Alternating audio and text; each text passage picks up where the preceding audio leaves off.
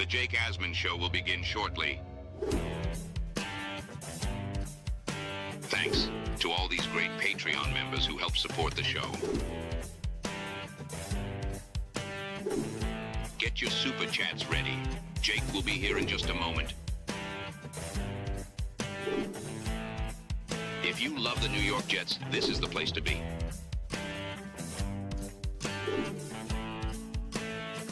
And now, the Jake Asman Show.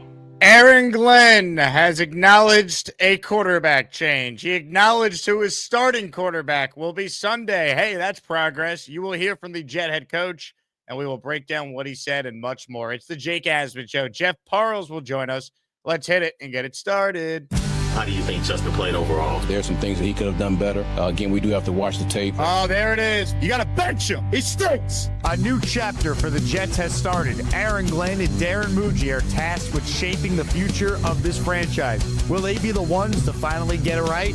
We will be here for every step of the journey on the Jake Asman Show, breaking down all the storylines, every game, and everything in between. Please subscribe and hit the like button below. Super chats, baby. Cut the line. The Jake Asman Show starts right now.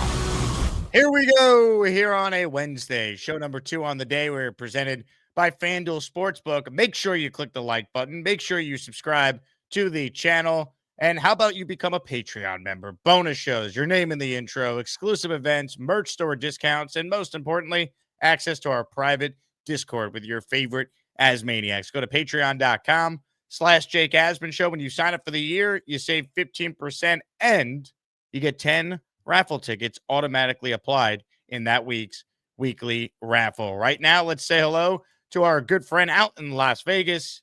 Our guy, Jeff Parles, joins us now in his weekly spot. Jeff, we have a new quarterback. It will be Tyrod Taylor Sunday in Baltimore. How are we feeling? I mean, it's just another day at the office, right? I mean, it was the only move that could be made because if the Jets had NFL caliber quarterback play on Thursday night, they might have accidentally won the game. Might have. I'm not saying they would have, but they would have had a shot. If they had actual quarterback play for the majority of that game, they didn't. Also didn't help that John Mechie was their best receiver. And I like John Mechie, and I hope he's actually on the roster next year. But if he's your number one, that's not good. We got the whole AD Mitchell experience last Thursday as well. But man, it was the only move. And Jim, can I just say something real quick? I have seen this week at least 5 to 8 more high-profile people than me say exactly what I said on this show last Wednesday, where this is what probably should happen. Fields stinks it up on Thursday night. Tyrod should play against Baltimore and maybe Atlanta. And then when Miami comes around, Brady Cook should start at least one, two, or maybe even the rest of the season. And I can't even tell you how many people have had that take this week. Credit here. Credit here. I was ahead of everybody on this. This was if the Jets do this path that I said last week, where Tyrod starts in Baltimore, starts against Atlanta, because even though the Falcons aren't any good, their defense is good. And I don't love that spot for Cook as an NFL debut. But what Miami's done the last few weeks is fool's gold.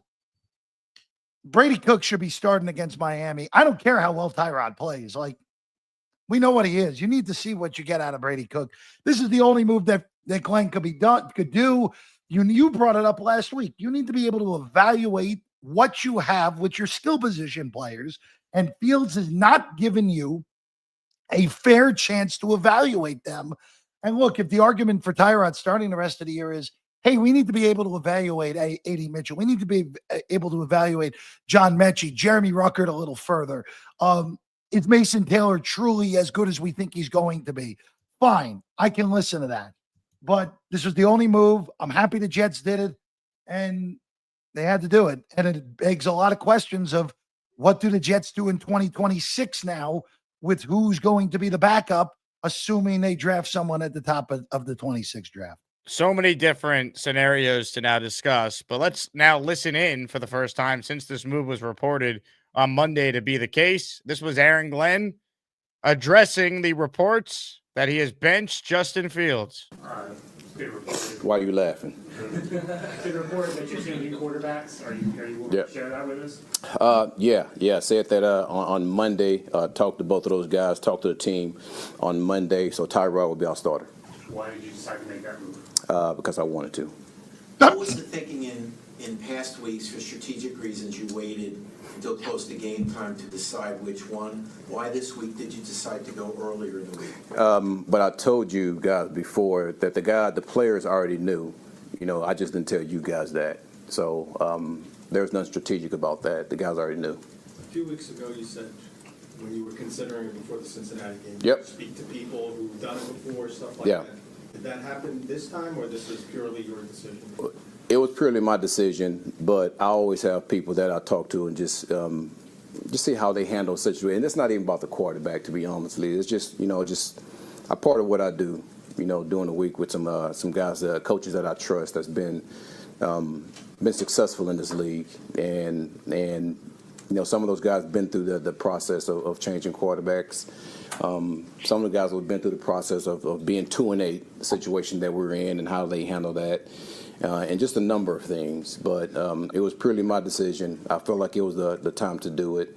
Again, had good conversations with both of those guys. And listen, these situations are not always easy, but as a head coach, you have to do what's best for the team. And I feel like it was best for the team. Hey, Jerry, what was the conversation with Justin like?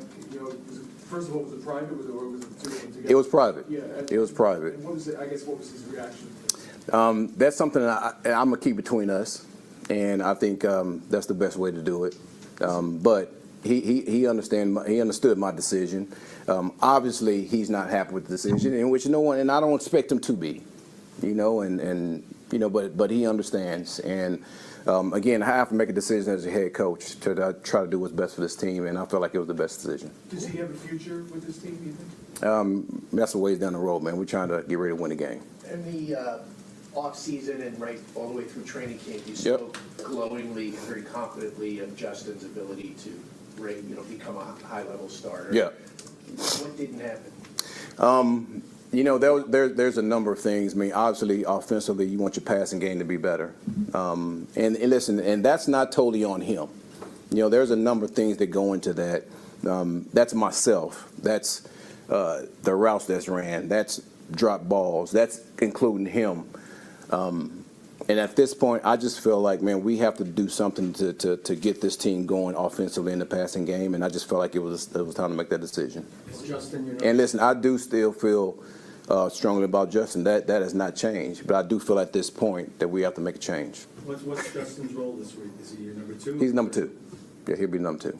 Where is we haven't asked you about him in so long, but where is Brady Cook in his development? Still developing.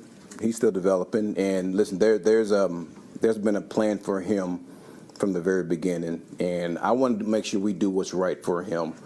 And who knows? We'll see what happens as the season progresses. I'm not promising anything, but he knows exactly what his role is when it comes to this team. But I would say right now, Tyrod is our starter. Okay, so that is, of course, the head coach of the Jets, Aaron Glenn, for the first time since it was reported Monday that Justin Fields was being benched for Tyrod. Glenn, of course, speaking for the first time today, confirmed it. No major takeaway with the explanation to me, Jeff. Obviously, they got to get the passing offense going. We know how bad it's been. It's by far the worst in the NFL. He punted on the question about Justin Fields' future by just deflecting and saying it's all about this game with the Ravens. He acknowledged Fields will be the backup quarterback, so there was some talk of, is Fields going to be the number 3 and inactive? No, he will be the number 2. And I thought the last part there was notable when asked about Brady Cook. He said Brady Cook is developing, but notice he didn't rule out Brady Cook potentially being an active player at some point this year, maybe even starting a game at the end of the season. He definitely left it open-ended in that regard. What did you make of the head coach there explaining the decision to bench Justin Fields? That was like the most professional press conference Glenn has had the entire year, right? So actually, I know this shouldn't be my take. It's like, maybe he's learned. Maybe he's realizing, it was kind of funny at first, though, right? When he's like, why Tyrod? He's like, because I wanted to. He did elaborate, but that was kind of funny at the beginning. Yeah, look, whatever. I think everybody knows why Tyrod. So I don't think it's fine. But Look, it's I don't really take anything of substance from it. Like everybody who has watched this team, and look, Fields had 2 high-end games this year. Week 1 against Pittsburgh and the game against the Bengals. The Bengal defense is a joke, and the Steeler defense is perennially over. If the Steeler defense is not turning her over, they're not good. And that's the only thing Fields didn't really do this year was turn the ball over because he was so afraid to throw the ball into coverage that he only threw 1 pick the whole year. So I don't have much to add, Jake. I think AG said what he needed to say. It was the only decision that needed to happen. And I do find it a little bit interesting on what he said on Cook. Didn't shut down like he won't, like, I don't know what else he's going to say there. He's not going to say like, oh, he's not ready to play yet. Like, I think like the answer was professional and exactly what you should say about a guy who is as developmental of a guy as you're going to expect. A UDFA quarterback is a complete project, right? Like just by the nature, that's what it is. So yeah, look, again, if the Jets lose these next 2 games and Tyrod doesn't play well, I think there's going to be a legitimate shot we see Brady Cook against Miami in that second week of December. You look at this game Sunday, Jeff. Jets, according to FanDuel Sportsbook, are 13.5-point underdogs. Now, this line was 14.5, and then Tyrod got named starter, moved a point. Your thoughts on the matchup here? I don't think the Jets are obviously going to win. I would like to see them be competitive like the Browns just were against this Ravens team. Now, the Ravens are at home, unlike last week when they were on the road in Cleveland, and they had not lost since Lamar's been back. They're red hot after starting 1-5. But I'd like to see the Jets show some fight in this game. I don't think they'll quit on Glenn on Sunday. I'd like to see them be in the game in the second half. I think that would be a positive sign if they can't win the game. I think one of 2 things happens here, Jake. And I think 2 touchdowns is right. I think that's about right. Just under it with the juice on the favorite feels right at FanDuel. 14.5 juice on the Jets feels right. One of 2 things happens here. Either the Jets have the ball late with a chance to either tie or win the game and don't do it, or they just get absolutely run off the field. And I actually lean towards the first scenario more likely than not, because I don't buy Baltimore's defense. I don't think this reinvigoration of their defense has had to do with them. I think it's had to do with their opponents, which, look, the Jets could fall into that category very easily. Like, look at last week. They struggled to beat Dylan Gabriel, who left the game with a concussion, and Shedeur Sanders with no practice time. Like, they needed a fluky Mark Andrews 40-yard touchdown run to win that game against the Brown team that lost to the Jets the previous week. They beat Minnesota by 1 score, mostly because J.J. McCarthy was awful in that game. They beat Miami, who at that point was a complete dead fish at that point. They've kind of, again, bounced back, but who knows? Maybe Chris Greer was the guy who just needed to get fired down there for them to start winning. But I don't buy it. I just don't buy it. Yeah, the one game that like you look at was that Bear game, but Chicago, look, I don't care that the Bears are 7-3. I don't think they're that good. I thought they were going to be much better than they are, even though the record I thought they'd be through 10 games. I think more likely than not, the Jets cover, lose 27-20, 24-17. I think the Jets are going to score some points. I think this is a 1-score game. They're not going to win. I mean, that would be seismic in the AFC playoff race if the Jets pulled this off. Because then Pittsburgh, who I think is going to lose this week in Chicago, regardless of who's playing quarterback, gets a reprieve. So, yeah, I think there's a 1-score game. I think the Jets cover. I think the total's about right. Like if you told me it was 24-17 and went under, or what was the total again, Jake? It was 47, right? The total for Jets Ravens is 44.5. All right. So, yeah, 24-17, 27-20. I think that total's about right. So I would stay away from the total. I would lean to taking the Jets. I'd love to get a 14. And also, too, Jake, with covering big numbers like this in the NFL, the Jets could be down 17 with 3 minutes to go, and the Ravens could be like, bleep it, we're not going to try on this last possession on defense. And Tyrod could waltz down the field, and they throw a touchdown to John Mechie or someone. to cover the 10 or to The get old back door, as they say. Yeah, no, I mean, look, that's very much in play in this in this scenario. Hey, look, that's the NFL when you have all the. I mean, last week's 1:00 slate Eastern time was as good as it gets with tight games. I mean, that was awesome, man. I was so glad the Jets didn't play, so I got to just sit there and watch Red Zone for all of it. Part of the reason it was as good as it was, right, Jake? I mean, but yeah, I mean, look, every game was a one-score game in the fourth quarter until Flacco and the Bengals lost their minds against Pittsburgh.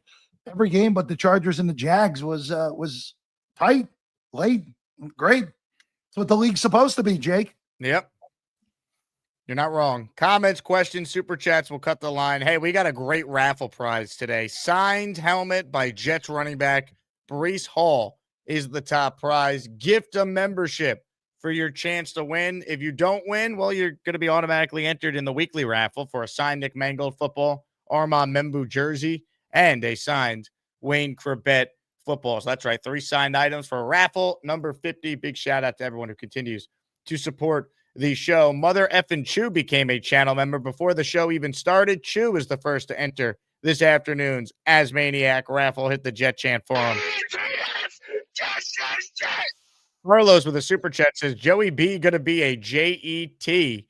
So Joe Burrow, of course, is who Joey B is. Now, I don't even think that's realistic, but I did see Joe Burrow was a full participant at practice today. He could be back this week against the Patriots. So no Jamar Chase, but Joe Burrow could be back. That is fascinating if he actually looks good, if they could somehow win and maybe go on a run and fight for a playoff spot. Oh, boy. What are the Bengals? 3-7, right? 3-7. Boy, that Jet loss really. If they just could have held on against the Jets and the Bears, they'd be very much alive in that terrible division. But 3-7. Their next 3 games though are just brutal. Patriots at home, at Ravens, at Buffalo, home Ravens. Yeah, good luck. Good luck. I wouldn't even bring them back if I was Cincinnati personally. There's no point. Like, you're not going to get a top anywhere. pick. Yeah, get a higher pick. Go get a higher pick and draft an offensive lineman at the top of the draft if I were the Bengals. Again, we kind of talked about this a little bit last week, Jake, when I was with you. After all the or 2 weeks ago, after all the trades, I should say. Look, the Jets had the draft capital, and Mike Brown is the cheapest owner in the NFL, and Joe Burrow's making a lot of money. Like, crazier stuff has happened. I don't think it will. I would put it at less than 5% of a possibility, but the one thing the Jets have intact is something Joe Burrow's never had in his career, a competent offensive line. That's right. Like, that's the one thing with this year. Like, look, it's been mostly a misery this year. What we've seen from the Jet offensive line is real. There is no arguing that. Like, credit the Tipman, Olu, Membu, second round pick, first 1-1. Like, the Jets could not have done better with those 3 picks. And all 3, and Tipman's playing out of position still, too. Like, those 3 guys have been so good, especially over the last month. And that's where you got to start. I mean, I was having a conversation with another friend of mine, Jake. If the Jets had this offensive line intact with Saleh, and even in 22, like, if they had an offensive line of this quality in 22, they probably make the playoffs that year. Like, they probably do, because part of the reason that season completely melted down was, A, Zach Wilson was terrible, and on top of being terrible, he's running for his life, and B, Mike White broke his ribs because they couldn't block for him. Like, the Jets have the hard part of the roster figured out right now, the offensive line. That's a good place to start moving forward. Again, I'm not saying it's going to be a playoff team in 26, but boy, you have the right part of your team right now if you want to build this roster out. Jeff, do me a favor. Reset your internet or your StreamYard because it's a little laggy for you. So I want to get your connection back to the normal levels it's at. But to follow up on what Jeff is saying there, and I'll keep hammering this point home, knock on wood because you don't want injuries to happen, but you have 5 first-round picks over the next 2 years. And you don't need to use your first-round pick in any of these 2 drafts coming up on an offensive tackle. And at least one of the other spots on your offensive line, because I think Joe Tippmann, whether he's the center next year or he stays at guard, he's a stud. So Muji and Glenn have a crap load of capital, and some of that could be used in a potential trade up, but you don't need an offensive tackle with either of those picks, and that's where you get the best offensive tackles. The best offensive tackles come from the first round, generally speaking. And the Jets invested in Olu Fashanu, who's been a lot better of late. He's played really well. He was excellent against Myles Garrett. And Armand Membu has actually played like a all-pro level right tackle as a rookie. Go look it up. Like the guys who do the offensive line breakdowns, they love Membu. If the Jets were better, he'd be in the Rookie of the Year conversation. Unfortunately, the Jets are 2-8, so they're not going to highlight the performance of a right tackle. They're just not. Comments, questions, super chats, they cut the line. How about this from the great Mimosa? A $50 super chat. Let's go. Thank you, Mimosa, for your generosity and tremendous support of the Jake Asman Show. Mimosa says, hope Tyrod could stay healthy so we could elevate these younger players in the home stretch of the games. Go Jets. That's the whole key, right, Mimosa? You want to see this Jets team have some answers to some of the questions we don't know with the skill players in particular. Like, I don't expect A.D. Mitchell to play well enough where he's clearly our number 2 wide receiver, but can he be the number 3 next year? You know, can we say John Mechie be on this team? Is he the 3? Is he the 4? Ideally, someone really emerges, and yeah, you have your number 2 next to Garrett, but say they don't, like, what's our depth chart next year? I could find the number 2 wide receiver in free agency in a trade. Maybe our extra first-round pick goes towards that position. What I can't do is I can't have any of these answers if they stayed with Justin Fields and were averaging 140 passing yards per game, which is the lowest by far in the league and the lowest in the NFL since 2022, when the Chicago Bears, led by Justin Fields, had that number, right? So that's part of the reason you make this change, so you can evaluate some of the players you have on this team. Like, this was A.D. Mitchell the other night, and look, some of these were bad throws, some of these were drops, but he's getting open against Christian Gonzalez. All right? Like, that tells me that you might be able to have a role on this team. How big that role is to be determined. But this is a guy that's getting open. And if you can get open in the NFL, that's important. Because other than really Garrett Wilson, who was separating on this team? And I think that's something that you look at if you're the Jets down the stretch here. Let's bring back Jeff Parles. His internet, I believe, will be as fresh as it's ever been. Before we do that, though, let's pause so I can tell you all about today's sponsor. That's Ridge Wallet. That's right, Asmaniacs. Ridge is here. And you guys know I only bring you products I truly love. And this one has been awesome. I need to show you this wallet. You see all the images and the B-roll there on the screen. Ridge is great. I mean, in the past, I've had like the George Costanza wallet that is gigantic and it's uncomfortable and maybe gives you back problems. You look at Ridge, look how slim it is. It holds everything I need without just the bulk of your typical wallet. Ridge has been perfecting this design for 12 years.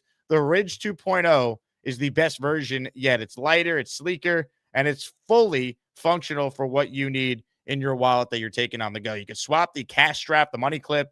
You can even add the AirTag attachment. The surface design upgraded with matching logos and plated straps. It comes in aluminum, titanium, carbon fiber, you name it. Holds up to 12 cards plus cash, and they have over 50 color options, including every NFL, that's Jets, MLB, and college team. Of course, they were nice enough to send me the Jets Edition one. So check it out. You see it on the screen there. Every Ridge wallet has RFID blocking for protection and an industry-leading built-for-life warranty. I got a promo code for you guys. It's Asman, or you can just go to ridge.com/Asman. Use that code Asman at checkout, and you will be able to take full advantage of the massive holiday sale that Ridge Wallet has right now. Again, it's awesome. Can't recommend it enough. You'll see they got deals galore, but make sure you use the link in the description. Check it out. Shout out to Ridge for sponsoring today's show. With that, let's say hello to Jeff Parles, whose internet better be working. Hello, Jeff. Yeah, I don't know what my computer doesn't like StreamYard recently. That's really the issue more than join the club. Yeah, I've been StreamYard. StreamYard, fix your product. Like, come on, let's go. Sorry, I don't know why I'm throwing StreamYard under the bus, but No, they deserve it. They've cost me enough. they've had more issues than anything recently. So. StreamYard's like the Jets. It's like I don't know why I keep putting up with it. It's like the best of what's out there, but it's not great. Yeah, we're holding up. We're holding up. Yeah. By the way, Jake, I'm gonna need one of those wallets. I need a new wallet. So there we go. I mean, Jeff, promo code Asman. Get yourself a deal, man. They're selling up to 47% off on some of these things on their website. Yeah, hey, look, Black Friday's next week. Like, right, we could be looking around a lot. By the way, 1 or 2 S's, Jake. Only 1 S, Jeff. Good question. Only 1 S. What do we have here? Macy with a super chat. Jake, rank the playoff teams. Denver #1 for me as they have the best defense and O-line, making up my mind. Making up for Midbow, you're saying. Jets can learn, don't need best quarterback of the draft. Look, what Denver's doing is amazing. I think Sean Payton deserves heavy consideration for coach of the year. To me, it's him, it's Steichen, Vrabel. You know, they're all right there in my mind. I don't look at the Denver Broncos as the best team in the NFL. I get their record is their record, and they've won a lot of these crazy games, but I don't know, Jeff. Gun to my head, does Denver win the Super Bowl? I would say no. I'm not buying it. They're not even going to win a playoff game. That's my big prediction with them. They're going to lose their first playoff game at home. Who would they play right now? Do you know? Oh, right. To the playoff machine real quick. I did this the other day, Jake, and I ended up with an AFC championship game of Buffalo hosting Kansas City still. You can get on me for that if you want, but that's okay. Denver, here's what the playoffs would be right now. Denver 1, New England the 2 would host Jacksonville the 7, Indy the 3 would host the Chargers the 6 seed. I think the Chargers are done. They can't block anyone who's any good. And then the Steelers are hosting Buffalo as of right now. So based off that current bracket, I would have Indianapolis hosting Buffalo in the AFC title game. Let's see. Here's a look at the bracket that I found on U Stadium's X account here. So, yeah, I mean, Denver would get the winner of Buffalo and Pitt. Oh, if there's an upset, they would get someone like if Jacksonville went to New England and beat New England, like they could get a break there. But you know what? I was kicking this around earlier this week and I was talked out of it that the AFC is so backwards right now, Jake, that like betting like Jacksonville at 25-1 to win the AFC doesn't seem like such a horrible idea. And then I was quickly reminded of like, oh, it's still Trevor Lawrence, who is still completely unreliable in a defense that is so dependent on turnovers. So, look, the AFC, I mean, look how backwards that is. Kansas City's not there. Buffalo's playing on the road, and Baltimore's not there either. Like, if you told us, say, hey, the week before Thanksgiving, the Ravens and the Chiefs are not going to be in the playoffs, and Buffalo's not going to have a home game, we would have laughed at everybody. Right? Yeah. By the way, the Rams are winning. It's all irrelevant because the Rams are winning the Super Bowl. I like the Rams too, man. I'm right there with you. The way Stafford's playing right now, you got McVay. They have a legit defense. Devontae's fit in flawlessly next to Puka. Who could have seen that coming? I mean, it's been great. And I have Stafford on fantasy, so I'm heavily invested in Stafford. There you go. He's killing it, as the kids say, Jeff. All right, let's get to some calls coming up here. Hit the like button if you guys are tuning in. Dropping bombs is the latest Asmaniac to enter the raffle. What are we playing for today? Signed Brees Hall helmet. Enter for your chance to win. Keep it rolling. That's our first gifted membership of the show from Dropping Bombs. So appreciate that. What else do we have here? Well, we have some people that want to talk to Jeff Parles and myself. So on the Gusbuster Umbrella Hotline is where we head. And debuting a brand new intro for this man, ladies and gentlemen, it's the Chuck Wagon. Chuck Wagon's always cooking, which it takes. Chuck Wagon's even cooking at the game. Chuck Wagon hates McDonald's, but he's headed home to cook. It's time once again for Chuck Wagon. Oh, that's perfect. Thank you. The Chuck Wagon, baby. What are we cooking tonight, Chuck? So this was what I made. It's shredded chicken chili. Hell yeah. Let's go. Nice. And actually, the ingredients are right there. New York Jets soft drink? Can you see it? Yes. Looks Okay. tremendous. Sorry. So, yep, that was a great intro. Thank you, Gator. That was really nice. Is your daughter complaining about tonight's dinner options? Nope, the dog. Ah. He won't stop sniffing her. So, anyways, that was a great press conference from Aaron Glenn.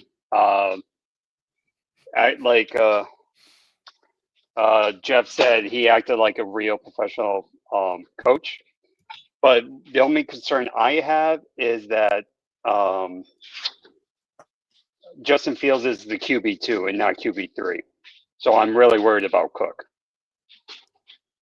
He just might not be ready at this point. I mean, he was a UDFA for a reason, so we'll see. Glenn didn't rule out him playing, though. You know, I wouldn't shock me if by the end of the year that Brady Cook is the number 2 at some point. Yeah, and Jake, just to piggyback real quick, I don't think Brady Cook is going to be active until he's actually like starting. Like, I don't think we see Brady Cook as like the number 2 at all. I think the only time we see Brady Cook not number 3 is if he's number 1 this year. So I get where you're coming from, Chuck Wagon, but that doesn't really bother me.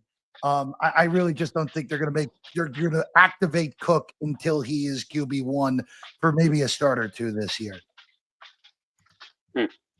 I just really think you would want him number 2 just in case, because anything can happen, injuries, poor performance.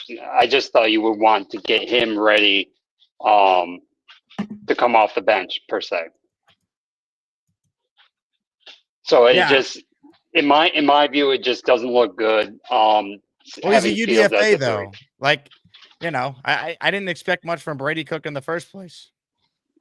Then why did we get rid of Martinez? Because I don't think Adrian Martinez is that great either. He just got released by the Niners. I think it was better than Cook. I'm surprised he got cut. But again, the Jets didn't think so. They thought Brady Cook outplayed him in the preseason and training camp. They're both number 3 and 4 quarterbacks in this league for a reason. Chuck, I'm not losing sleep if Brady Cook doesn't end up getting a start this year. Would I prefer it over seeing Fields again if Tyrod goes down? Yes, but is it going to bother me that much? No. The entire quarterback room very well is going to look different in 2026. All 3 guys are probably not Jets next year. Oh, Jeff, because I don't know if I'm going to be able to reach you next week because it'd be the day before Thanksgiving. What's your favorite side dish and what's your favorite dessert for Thanksgiving? Hold on. Before you answer that, Jeff, there's something I must play. Continue. Beast looked great, by the way, there. Just throwing that out there. I'm very basic when it comes to Thanksgiving side dishes. Any sort of good stuffing is good with me.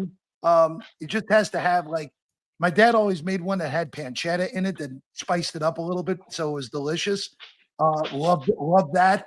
And then dessert, you know what? I'm simple. I love either a good homemade pumpkin pie or a good homemade apple pie. Very, very simplistic. But yeah, stuffing's my favorite side, and then apple or pumpkin. I think I lean apple this year, honestly, over pumpkin, but both are damn good to me. I'm simplistic, Chuck. Simplistic.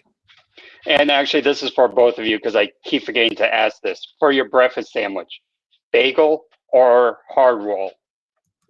Ooh, I always go bagel. I've always been Taylor ham, egg, and cheese on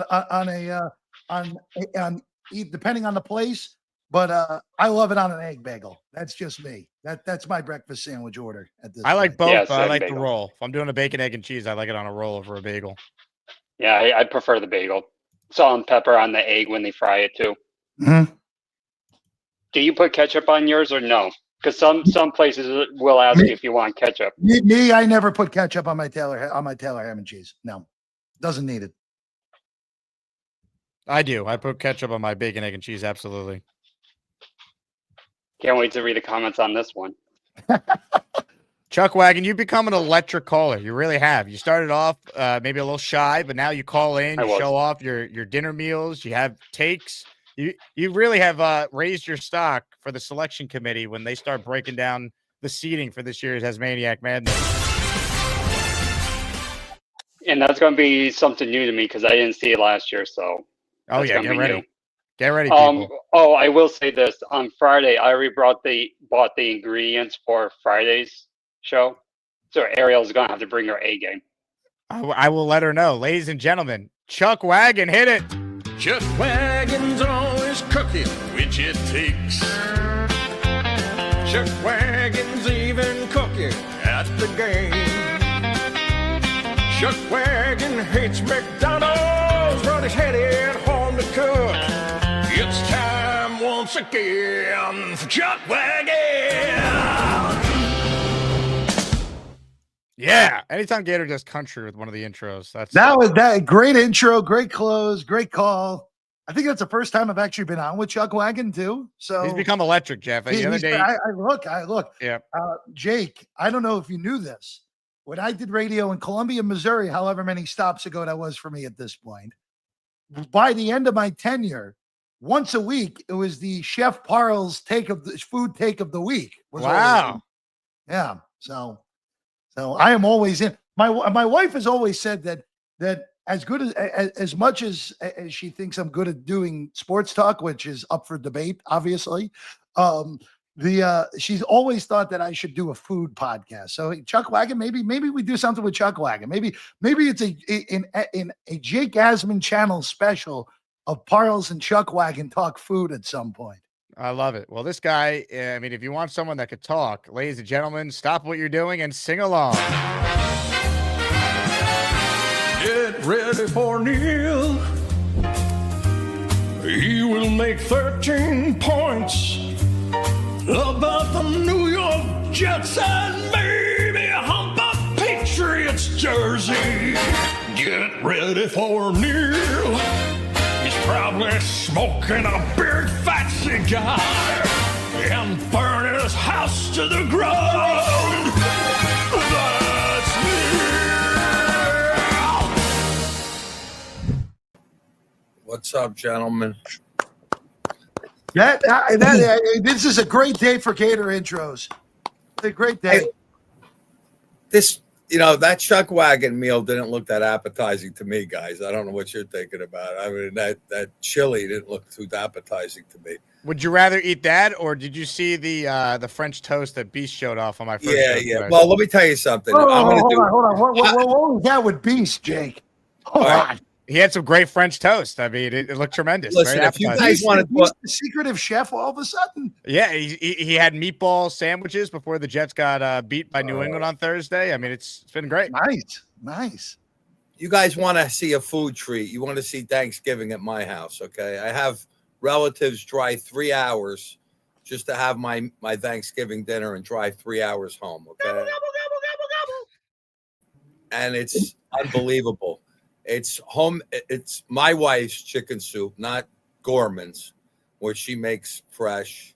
Then we go to her lasagna made fresh with tiny little mini meatballs this big all over the lasagna with the best sauce you're ever going to have. Then we pass around artichokes. My wife makes stuffed artichokes. They're like this big, very, very moist, the most delicious artichoke you'll ever have. People fight over the artichokes. Then we go to, after the lasagna, the artichokes, antipasto. Then we go for the turkey, and we go with a glazed ham also, or a filet mignon. It depends on her mood. The stuffing that my mother-in-law's recipe is the most amazing stuffing you ever taste in your life. And God rest her soul, she passed recently. But her stuffing was like a saffron rice with mushrooms, sausage meat crumbled in. I forget the recipe. Hey, Dixon doesn't believe you. He says nobody fights over artichokes. Yeah, you got to taste these. That just me. Hold on, Neil. I'm actually going to back you here. That just means you haven't had a high-end artichoke dip. Yeah, no.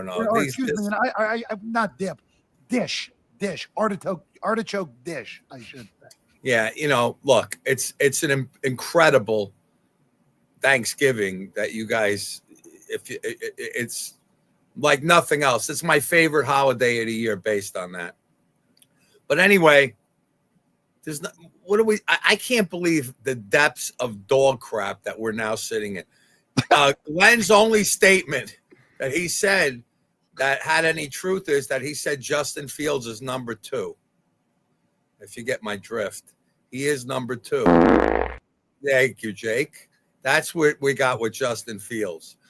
And I want to give somebody, forget about food a second. Everybody should watch. If you want something interesting to watch, if everybody likes fights, do you guys like fight scenes in movies and stuff like that? Sure. How you feel about that type of movie? I don't mind it. Wait. Neil, what do you got for us? I want you guys to all watch the Ip Man series. Have you ever watched the Ip Man series? 1, 2, 3, and 4. Ip Man, IP, Man series. No. Ip Man trained Bruce Lee. Okay. And he has 4 movies that you could see on YouTube or whatever. And the fight scenes in this thing are incredible. This guy, Ip Man, and it's a true story. It's a really true guy, is absolutely incredible. I mean, you watch him and you're at the edge of your seat every time there's a fight scene. You know, Return to the Dragon with Bruce Lee, and you know when some of the Bruce Lee movies, if you guys have watched, are incredible. But this Ip Man series is something good to watch. But what else do we have to talk about? What else is doing? Jeff, football, baby. How's your weight, Jeff? Everything going good with your Yeah, shot? we're still yeah. I've now now that I'm not doing the shows at the South Point anymore, I'm allowed to grow my beard back out. So that's nice. Yeah, that's why I look like a mountain man these last few looking weeks. good, dude. Looking good. Yeah, Keep it up.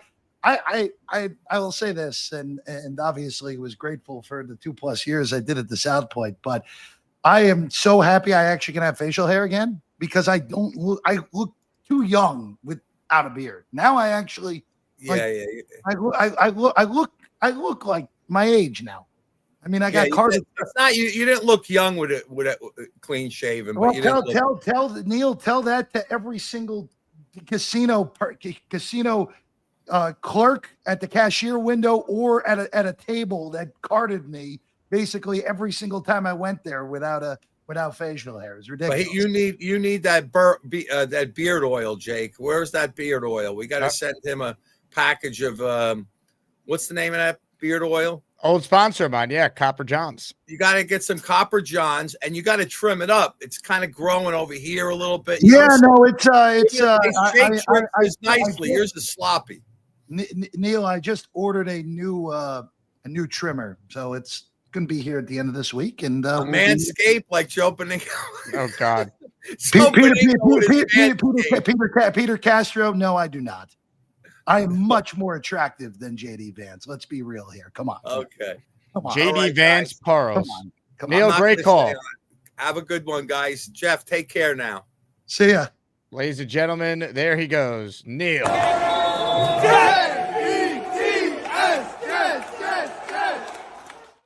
Jeff, you've been loving the intros here. I don't know if this has happened, but on the same show, I have not one but 2 brand new caller intros to debut. Ladies and gentlemen, it's time to say hello to Sean. Sean, he wears batshit crazy glasses. Spikes his football in the toilet. He might be a little drunk. 3D Gary thinks the guy is a midwit.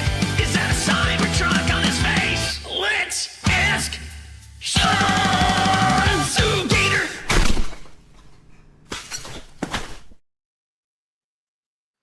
That's actually the first time I've seen that intro. But, Well, I just said it's brand new. It's the first time I debuted. Yeah, it's pretty fucking cool, man. But yeah. And I'm trying to get over my burping fit. But yeah, so from what I understand, it feels is benched, right? So Tyrod's in. Tyrod, I think, is the more accuracy quarterback. Fields is more agile and like he can run better, but I think Tyrod is better with reading defenses. So this might actually be a positive for us. I just don't want us to win over 4 games. I don't. Gator says you have a Cybertruck on your face there, Sean. Sorry, Cybertruck on my face. I have a Cybertruck on my nuts as well. You want to see those, Gator? But I don't actually. No. Calm your freaky down. It's all shaved down here with Manscaped. So they're not a sponsor of mine. I don't need the Manscaped plugs. All right. But I really want Tyrod to, because I know he's made of glass, he's Mr. Glass. We all know that. Shimon Jackson, type glass. And I just want give me 3 or 4 wins and I'll be happy. Give me 4 wins. We get Mendoza, we trade up, we get him anyway. You know what I mean? We give some picks, and we get our future franchise QB for the future. So you're rooting for every loss then at that point. Why 4? Just root for them to finish with 2 wins and have a top 3 pick, and they'll get one of the quarterbacks. True. But we've gone through so many losses, man. Right. But what's 7 more? And if that's all you care about, just not winning more than 4. I'd rather win 2 than stopping at 4. But psychologically, it's gonna. I can't wait. I can't even wear my jet gear on about. I live put in some Main jet country. gear on, Sean. Put some gear on. I live on Main country. Show us some jet pride. I need some jet pride, Sean. Go get some jet gear. You want me to go upstairs and get some jet gear? Yes, I need. You got to still be prideful. You're a real fan, unlike Charles Gorman, who left the fan base altogether. I know, but okay. So what I was saying, I've lived in Main country since 2003. Right when the Brady phenomenon started. So put some jet gear on. Let's see it. All right. Here's my Sauce Gardner shirt, which he's not longer on the team. He's not. That's a throwback now, Sean. That's a throwback. I got Hey, Georgie says you're not drunk enough. Of course I'm not drunk enough, Georgie. I'm like burping up fucking like air, which I need to live. You're burping up air in which you need to live. Okay. You know what I mean? Like, look, I got like the Quincy Williams jersey. All right, put it on. And I thought he was gonna leave the team because the coaches seem like they're gonna put it on. I don't need your explanation on what you think. Right. I need you to rock some Jets gear. All right, here we go. All right. Here we go, guys. For your entertainment purposes. Yes. Fan morale, Sean. Here we go. Because I'm not Gorwin. I'm not going to jump teams. I never did. All right. Here we go. All right. There we go. Now go make a tackle like you're Quincy. Go tackle something. Wait, tackle? All right. Yep. Here we go. So I got the Quincy Williams jersey on. Okay. Go tackle something. Tackle something. All right. Yeah, let's go. I can't tackle my girlfriend. She won't like it very much. But I could tackle like how about this? I could tackle like do you need some inspiration, Sean? I mean, I've seen a man they call Beast do this thousands of times. I could tackle world hunger. All right. I don't know what to tackle. What do you want me to tackle? Some fake fucking plush toy. This is what I need you to do. You ready? This is how it should be done.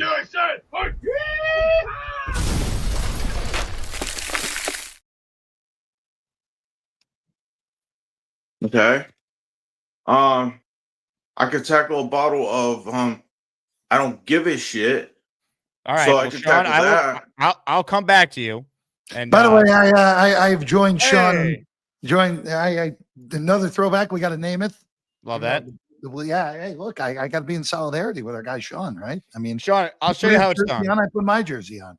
Well done. See, Jeff's in the spirit. This is how it's done, Sean. You ready? Let a master operate. I got gas right now. Beast, how we doing? Ooh, a little hot. A hot cup of tea on a cold day.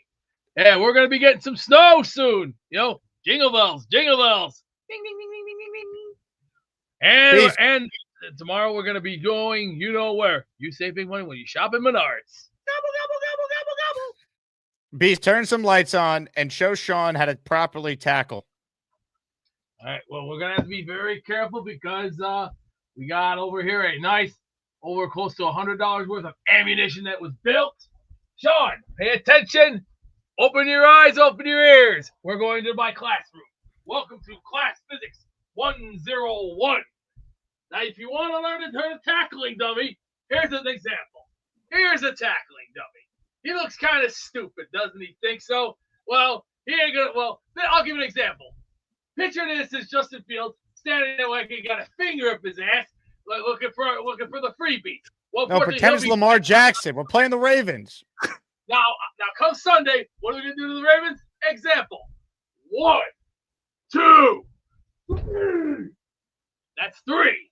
Or if they want to come at us, here's an example: back body drop. If they get in the lane, see, that's why you duck down and you give them that back drop. Another example: whoosh and whoosh. Ram them down real hard and tough. That's called. You want to play rough? 2 can play that game. That's example A, B, C. Easy as 1, 2, 3. You tell me how crazy I am.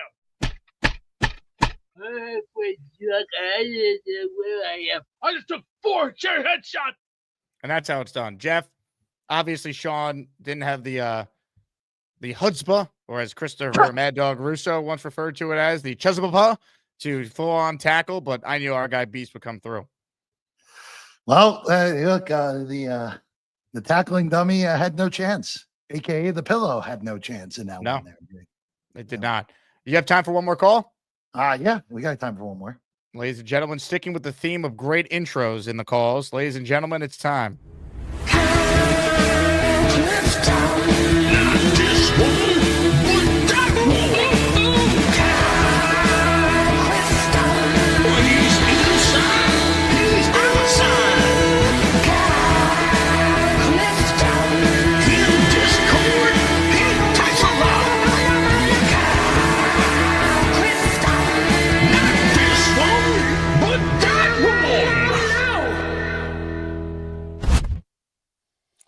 What's up, Jeff? Jake, how are you?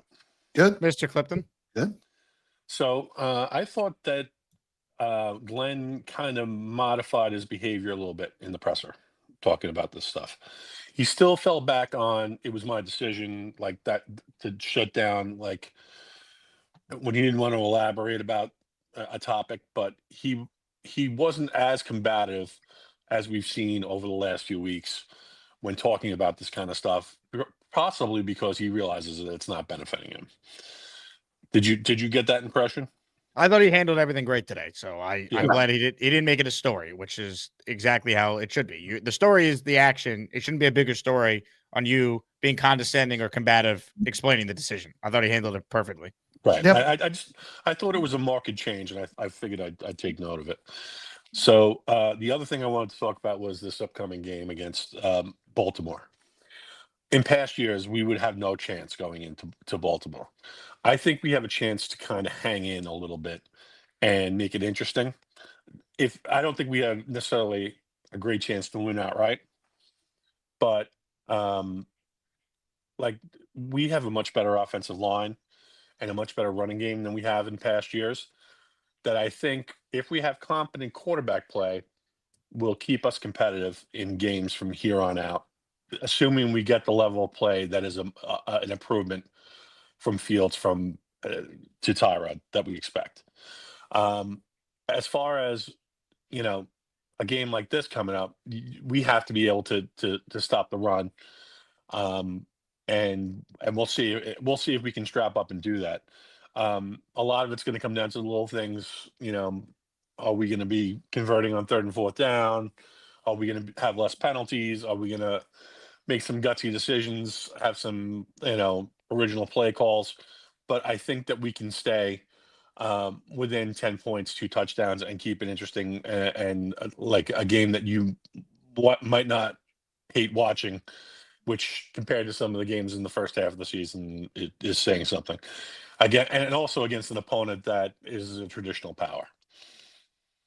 All fair. I would like to see some fight. If they could cover the number or be in the game in the second half, I think that's not a bad way to go down if you're going to go down. That's all I had, gentlemen. Kyle, well said. Jeff, give us one final score prediction for Sunday in Baltimore. I'll go 24-17 Ravens. Jets have a chance to tie late, but don't do it. That's where all right. Hey, that's a cover right there, baby. It's a cover. It's an under. I'm kind of what Kyle said. Like in past years, the Jets would have went there and got clocked. Could they get clocked? Of course they could. They absolutely could get clocked. But I will say, like, I think there has been since the bye, I actually think there's been a little bit of we've seen a little bit of progress from this coaching staff, Jake. We have seen a little bit of progress. So there you go.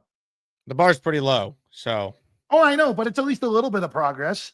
That's better than the opposite. It doesn't get any better. I mean, look, I really do believe after watching that whole game in New England is like, damn, if they had NFL caliber quarterback play, they might have had a shot to win this game.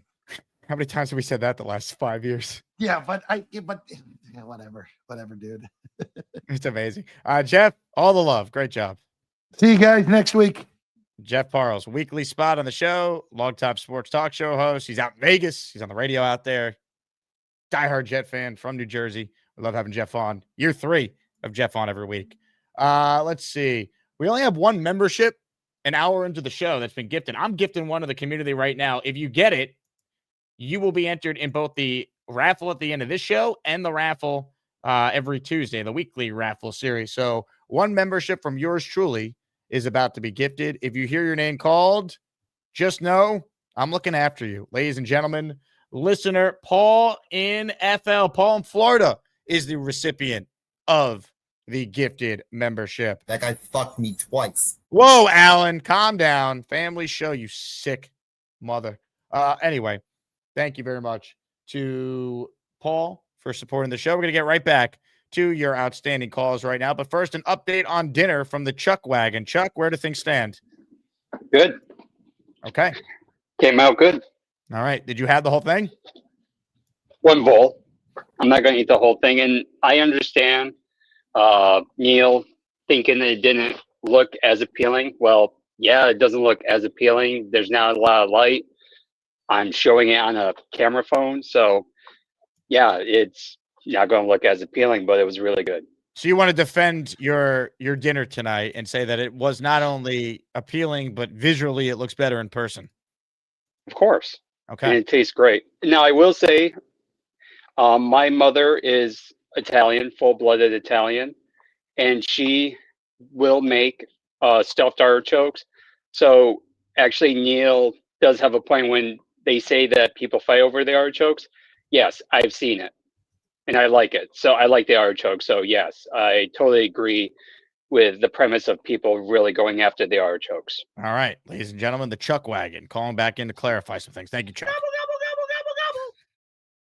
Speaking of Neil, here's the Neil recap brought to you by Boomtown.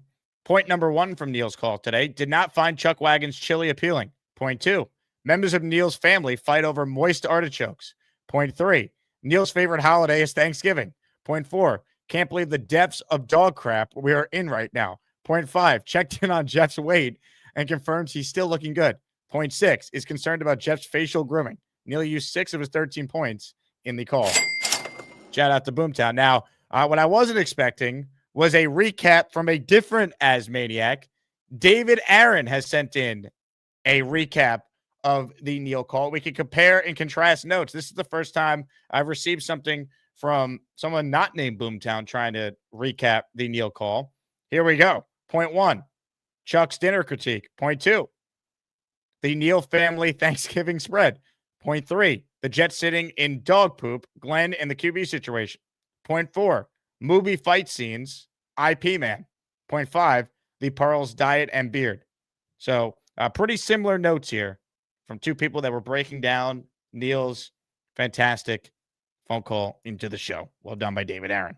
All right, let's get back to more of your calls. Ladies and gentlemen, a lot of you reached out to me asking for an update on Big Cho. Big Cho had his back procedure yesterday, and I was emailing with Big Cho earlier. He provided a positive update. And ladies and gentlemen, that update, you could hear from the man himself. Gator says, I think Big Cho might need an intro. Big Cho. Yeah, it's nice. I like my recliner. No, I just called to check in. Big Cho. I don't like all those wrinkles on my head. I don't have that many wrinkles. We're talking about Big Cho. My implants are coming in 3 months. The Kardashian ones? I put the jet gear on for you. Been running some errands early. Came home just chilling. Big Cho. Jake. Big Cho. Joe, how we feeling? Pretty good. I can't see myself on the thing. What's up? I can't see you either. I only hear you, Big Cho. Hold on a minute. Let me get my glasses, my reading glasses. We're talking about Big Cho. Whenever you're ready, Big Cho. Oh, no. I'm not sure what's wrong. Hey, hit the camera icon. There's a button that will turn on your camera, bottom left. Bottom left. I see bottom left microphone. Yep. Next to the microphone, do you see a camera? No. Let me hit this button to see. No, that's not it. All right. Well, why don't you try calling back in? I'll get right back to you. All right. We want to hear how everything's going with you. Okay, I'll call right back. All right. You got it, Big Cho. Thank you very much to Big Cho there. More of your calls right now. Peg and Artie. Artie's next. Hello, Artie. Hey, what's up, Jake? As Maniacs, how's everybody doing today? What's up, Artie? Hey, just wanted to ask Jeff what I didn't know if you talked to him about it. I didn't hear if he's team draft at any cost, or is he get a veteran in the offseason if we can't get the guy we want? I didn't specifically ask him this time, but based on our conversations, I think he's in the camp of if you have a chance to get one of the quarterbacks this year, you got to do it. All right. Glad to see Big Cho. I'm going to be quick because I want to hear from Cho. We're all worried about him. Glad he's doing well. Hope Mikey's doing good. I think he was supposed to be out of the hospital too. I think Chuck Wagon's food looked fine. I think he's a fine man. He cooks every night for his family. That's a hell of a dude. Where is my partner in nakedness, Charleston Jet? Where did he end up going? I haven't seen him in ages. Yeah, the Rubas. I know he's still watching the show because I see his comments typically after the fact in the comment section, but he has not called in live as much. He tried the other day, and I was up against it. I couldn't get him on. This was like 5 days ago. So I know he's still out there. So Mr. Charleston Jets Rube, we miss you live on the show.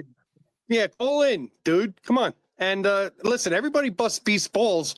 They don't know it's hard to be a global enforcer like this guy. He has a bad back. He's tackling shit in his attic. I mean, he's a tough dude. You know, they got to give him a break every once in a while. That's goddamn. Right, you got that god. You got that goddamn right, carnal. These putos need to learn. Hey, you learn. You better. If you can't take the heat or you can't stand it, get out my kitchen and don't ever return. Gobble, gobble, gobble, gobble, gobble. Anyway, Jake, I don't know. That's all I had to say. I just wanted to call in and say hello. Make my few stupid comments, and then I'm going to be out. I want to hear from Joe. Ladies and gentlemen, that's why he's one of the greats. The great Artie of Peg and Artie fame. We want to hear from Big Cho. We might only be able to hear from Big Cho because I don't know if we're going to be able to see him today. Big Cho, are you there? Or not? Anyway, more of your calls right now. Ladies and gentlemen, stop what you're doing and get really close to your cameras. It's time to say hello to David T. I got my Iron UG. I hope you like my Jets take. You know they call me David T. It's not easy for me to see, but if you bring me full stream, you might like what I had to say. I'll need to get real damn close, cause my vision is dog shit. Hi, Jake. Hey, David. Hey, boy, I'll tell you what. At this point, I get into your show. My mind is so fuzzy with all kind of good stuff, but glad Big Cho's doing good, and I compare him to my dad, who had numerous back operations. And let me see here. Talking about the Jets, there's a lot of positive things going on. The people that you bring on, the experts and the Asmaniacs, really good stuff. Aaron Glenn, maybe there's a little positiveness. I listened to his press conference, and the only thing that bothers me is I wish he would humble himself a little bit, because he's in the catbird seat. He knows he's coming back next year. And if he would just say things like, being a head coach is a progression, and, I'm learning and this and that. Maybe that would help him out a little bit, I do think he was very good today with how he answered all the questions, for what it's worth. Yes, sir. Yeah. And on the negative side, I almost feel, Jake, like we're being held hostage with Woody, because he's got the pass to come back next year, and maybe that's not the right thing. I'll tell you what, we're kind of stuck with Woody no matter what. So we got to hope that the people he hired are actually good at their jobs and they improve, especially the coach. Yeah, Woody's a silly Willie. So are you, David T. You're nuts. Thank you. I take that as a compliment. Ladies and gentlemen, the great David T. I got my eye on you. Checkmate me full screen. It's fireball whiskey time. David motherfucking T.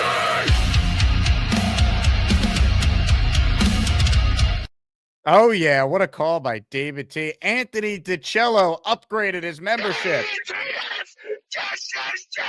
I got you down in the raffle, Anthony. Thanks for your support. Omar Ochoa. I don't know if I shouted you out yet. Boom. You're in the raffle for one, Omar. Thank you. Reminder, Brees Hall signed helmet. However, if we don't get more memberships here, I'm just going to do a jersey instead, because I got to justify the price I spent on this thing.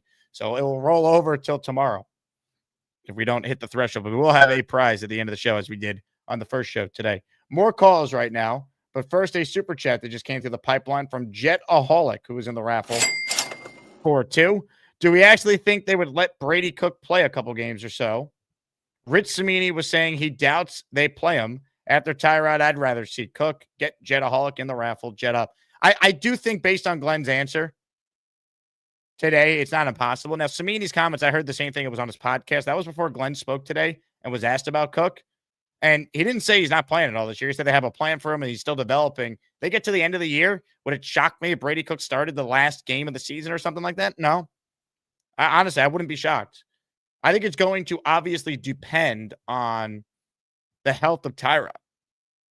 If Tyrod gets banged up and they go to Fields, if Fields continues to play bad, at that point, they might just say, let's just try Brady Cook. Why not?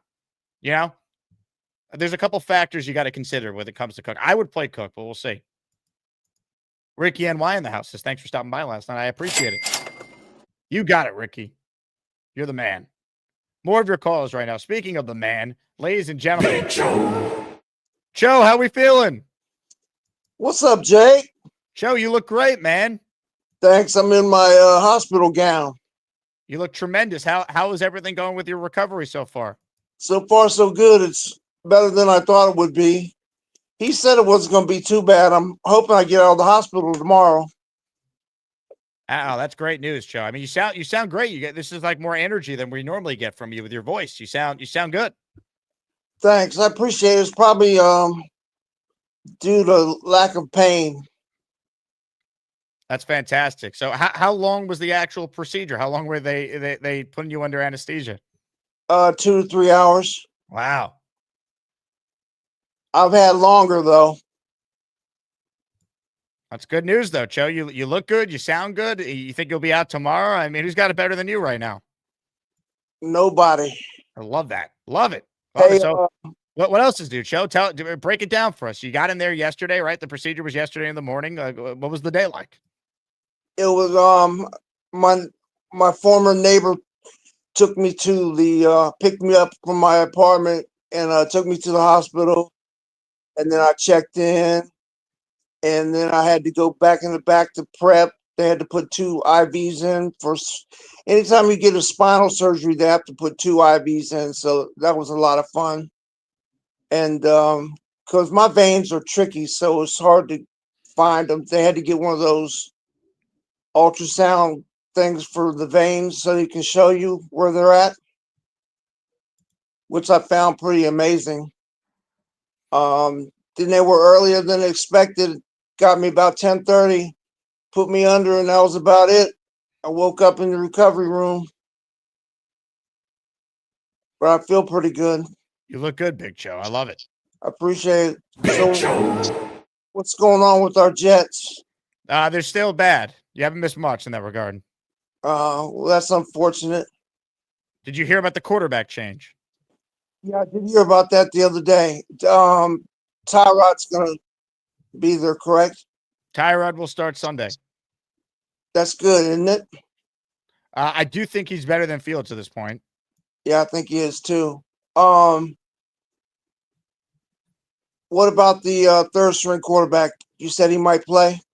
I think it's possible that he might be active by the end of the year and maybe actually start a game. I think it depends on Tyrod's health. I think if Tyrod stays healthy, they'll let him play out the string. I think the odds of that are unlikely given his history. So we eventually see probably Fields have to start again. They'll go to Brady Cook as the backup at that point, and then Brady Cook will get ready and start maybe a game or two at the end of the year. That's how I could picture this playing out. Okay. It wouldn't be a Jet season unless 3 quarterbacks start a game. Yeah, no doubt. What about what was I going to say? You have to forgive me. Some of my short-term stuff's kicking in because of my operation. We're talking about Big Joe. I wanted to say that I appreciate everybody's concern for me, their thoughts and prayers. I've got several texts from guys who I got their numbers when I was up at the Jets game. The Discord people were messaging you, Big Joe. I don't know if you saw any of that, but a bunch of people reached out to you there. Okay. That means a lot to me, man. You got a good group, Jake. You got a good group. Joe, they love you. You're a huge part of this community. Well, I really appreciate it. I know I started calling in January, so I haven't been here that long. About what, 11 months? That's a long time, though. You're going to be a big part of Asmaniac Madness this year, Big Joe. Oh, yeah.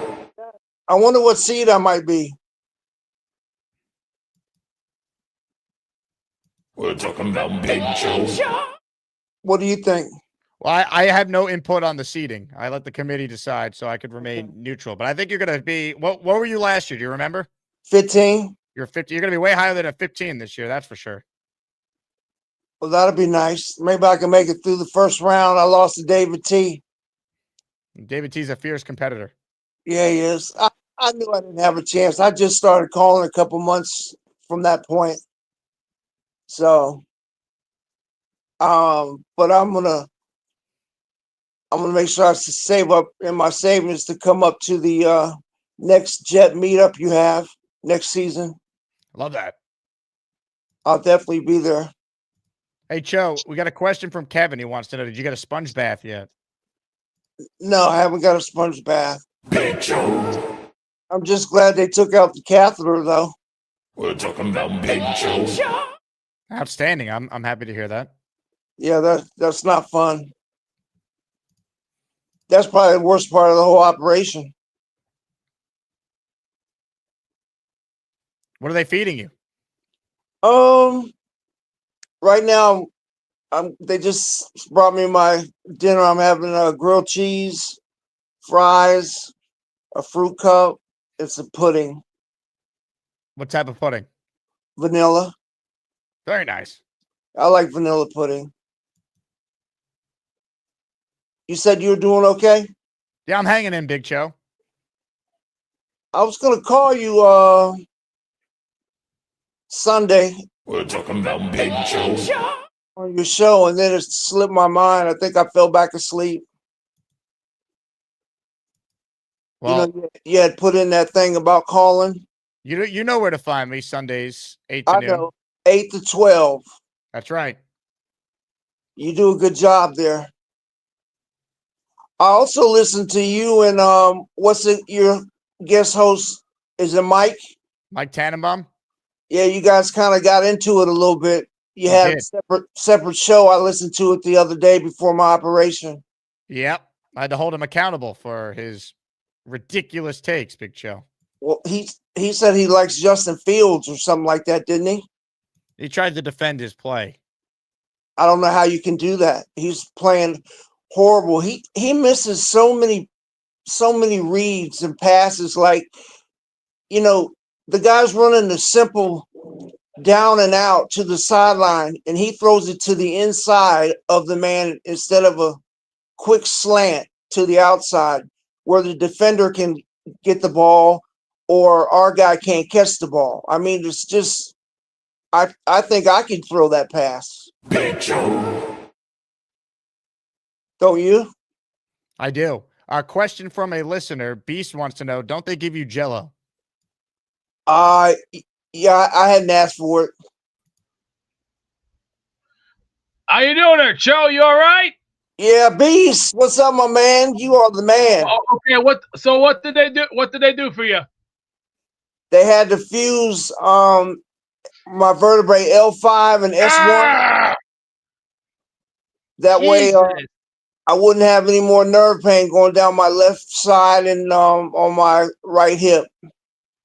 Okay. How long are they keeping you in the hospital? I'm hoping I leave tomorrow. All right. Do you have insurance? Yes, sir. Good. Then you're good. Then you're all clear. Then you're all good to go. Then.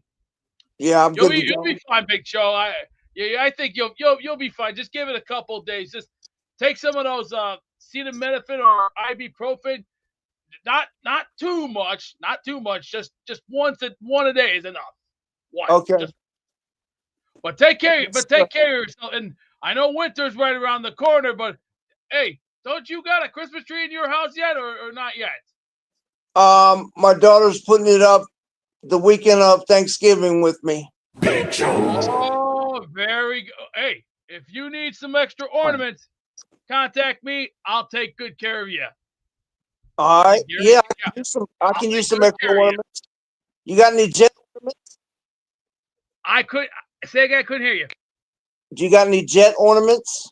No, I've been looking online for several of them, and actually I have 3 of them on watch right now as we speak. But with the way everything's going right now, we'll see what happens. But I'll be, you take care, you make better care of yourself, and remember, stay warm for the winter because we're in for an ugly winter. And I'm talking. Beast is the man. He really is, Big Show. He really is. Yeah, I love that guy, man. I wish he could come to the meetup. I love to meet him in person. Jets Bears in Chicago next year. Get ready. Are you serious? Well, if the date works, I'd like to visit Chicago for the first time and hang out with Beast and watch the Jets. Yeah, that'd be cool. I may have to do that with you. You'll be able to run all around that meetup, Big Show. You'll be moving so well by then. Hopefully nobody's going to chase me, though. Only attractive ladies. Yeah, that'll work. You have some nice-looking ladies at the meetup. Oh, yeah. They were all into Big Show. I don't know that one girl. She was following you around like white on rice. I can't remember her. Oh, yeah. Was they it just Brittany? flocked to me, Big Show. It's unbelievable. Is it Brittany or Amanda? Brittany, yep. Brittany, real attractive. Spears, yep. A little crazy. She's the one that says she gets on Gary all the time. Yeah. We're talking about Big Show.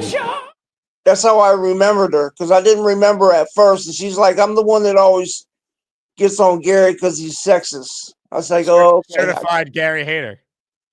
Yeah, she is. She's a nice looking woman, though. I know that. A lovely lady, as Charles Gorman would say. A lovely lady. Yeah, she was attached to you like the hip, man. Big Show. You know how it'd be, Big Show. I'm just trying to be like you. I don't know, man. I might want to be like you, Jake. I don't know, Big Show. You're doing pretty well right now. It's great to see you this spirited. I'm excited to get the daily updates on you, all right? Stay in touch with us. I will. I'll give you a call tomorrow. I should be home. All right. Good luck, Big Show. All right, love everybody. Ladies and gentlemen, Big Show. How about that? Good to hear from Big Show. This is the only show that could get people to call in from a hospital to give takes on the Jets. Gator says, calling from a dentist chair during root canal, 5 raffle tickets. We've had multiple people over the years call in from surgery. Dre called in right before he had open heart surgery. The Jets literally almost killed him last year. Mikey Midnight is called in from the hospital. Bobby Midnight is called in from the hospital. Let me see. I have one of those Bobby calls. Let me see if I can find it.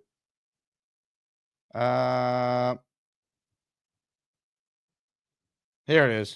That's my nurse over there. Say hi. Where is she?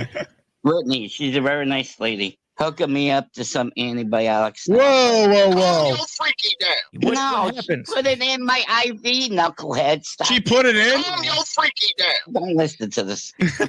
You should ask her to wear one of those hospital gowns, where it opens up. Ask her to slip into one of those. No, Robbie, you behave yourself. I'll see you soon. Be well, Bobby. We love you, Bobby. Get better soon. Shout out. I hope that Bobby feels better. Mazel tov for him to get better. Mazel tov for him to get better. Absolutely.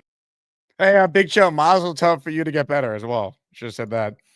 All right, open phone lines for anyone who wants in. I do want to share that we had Lane on earlier. I was going to go to him, but he dropped off. So, Lane Train, if you're still watching, we'll take your call any day. Call right in. You were up next. Team Curry says, I'm coming after you, Big Show. Rest up, my friend.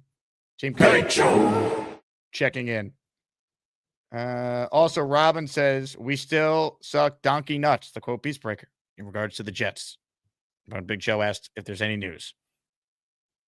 Gator says half of Jake's calls are either from a hospital bed or a mental ward or the global studio headquarters.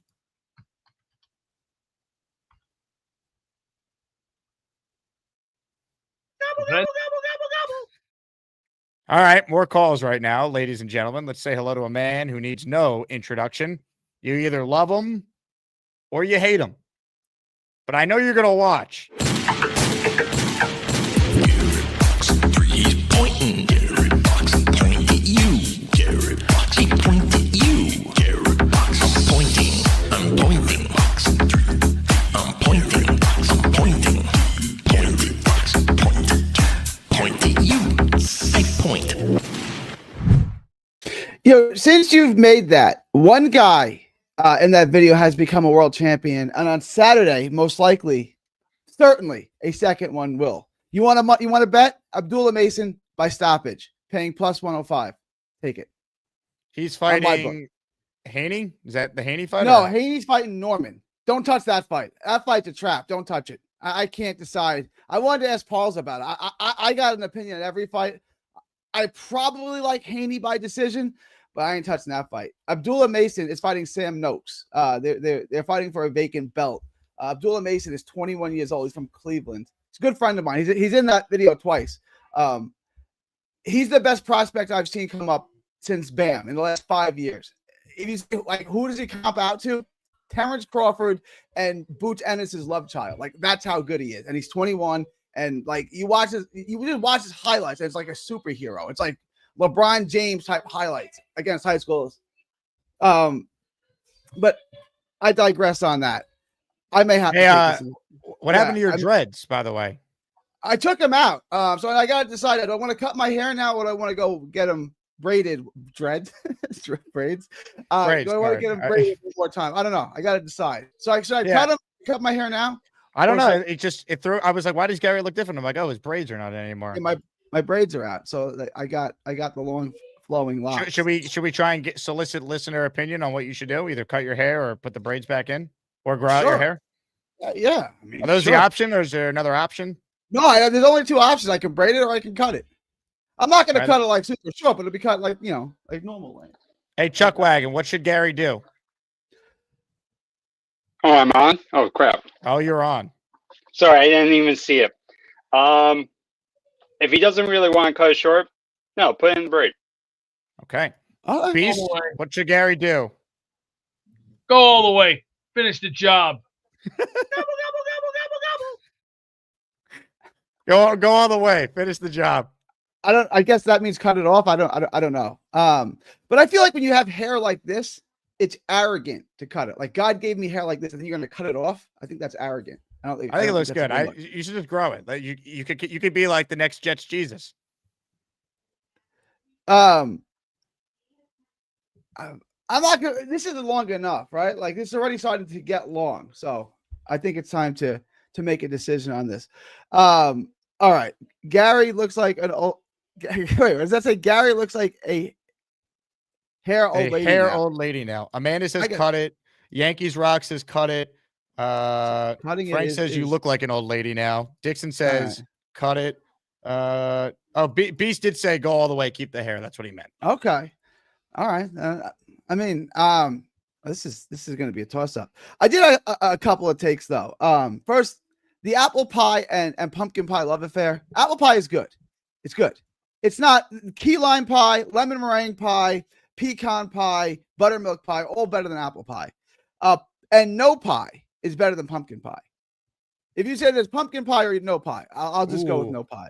I actually like pumpkin pie a lot. I still think I would go either blueberry or apple before pumpkin, though.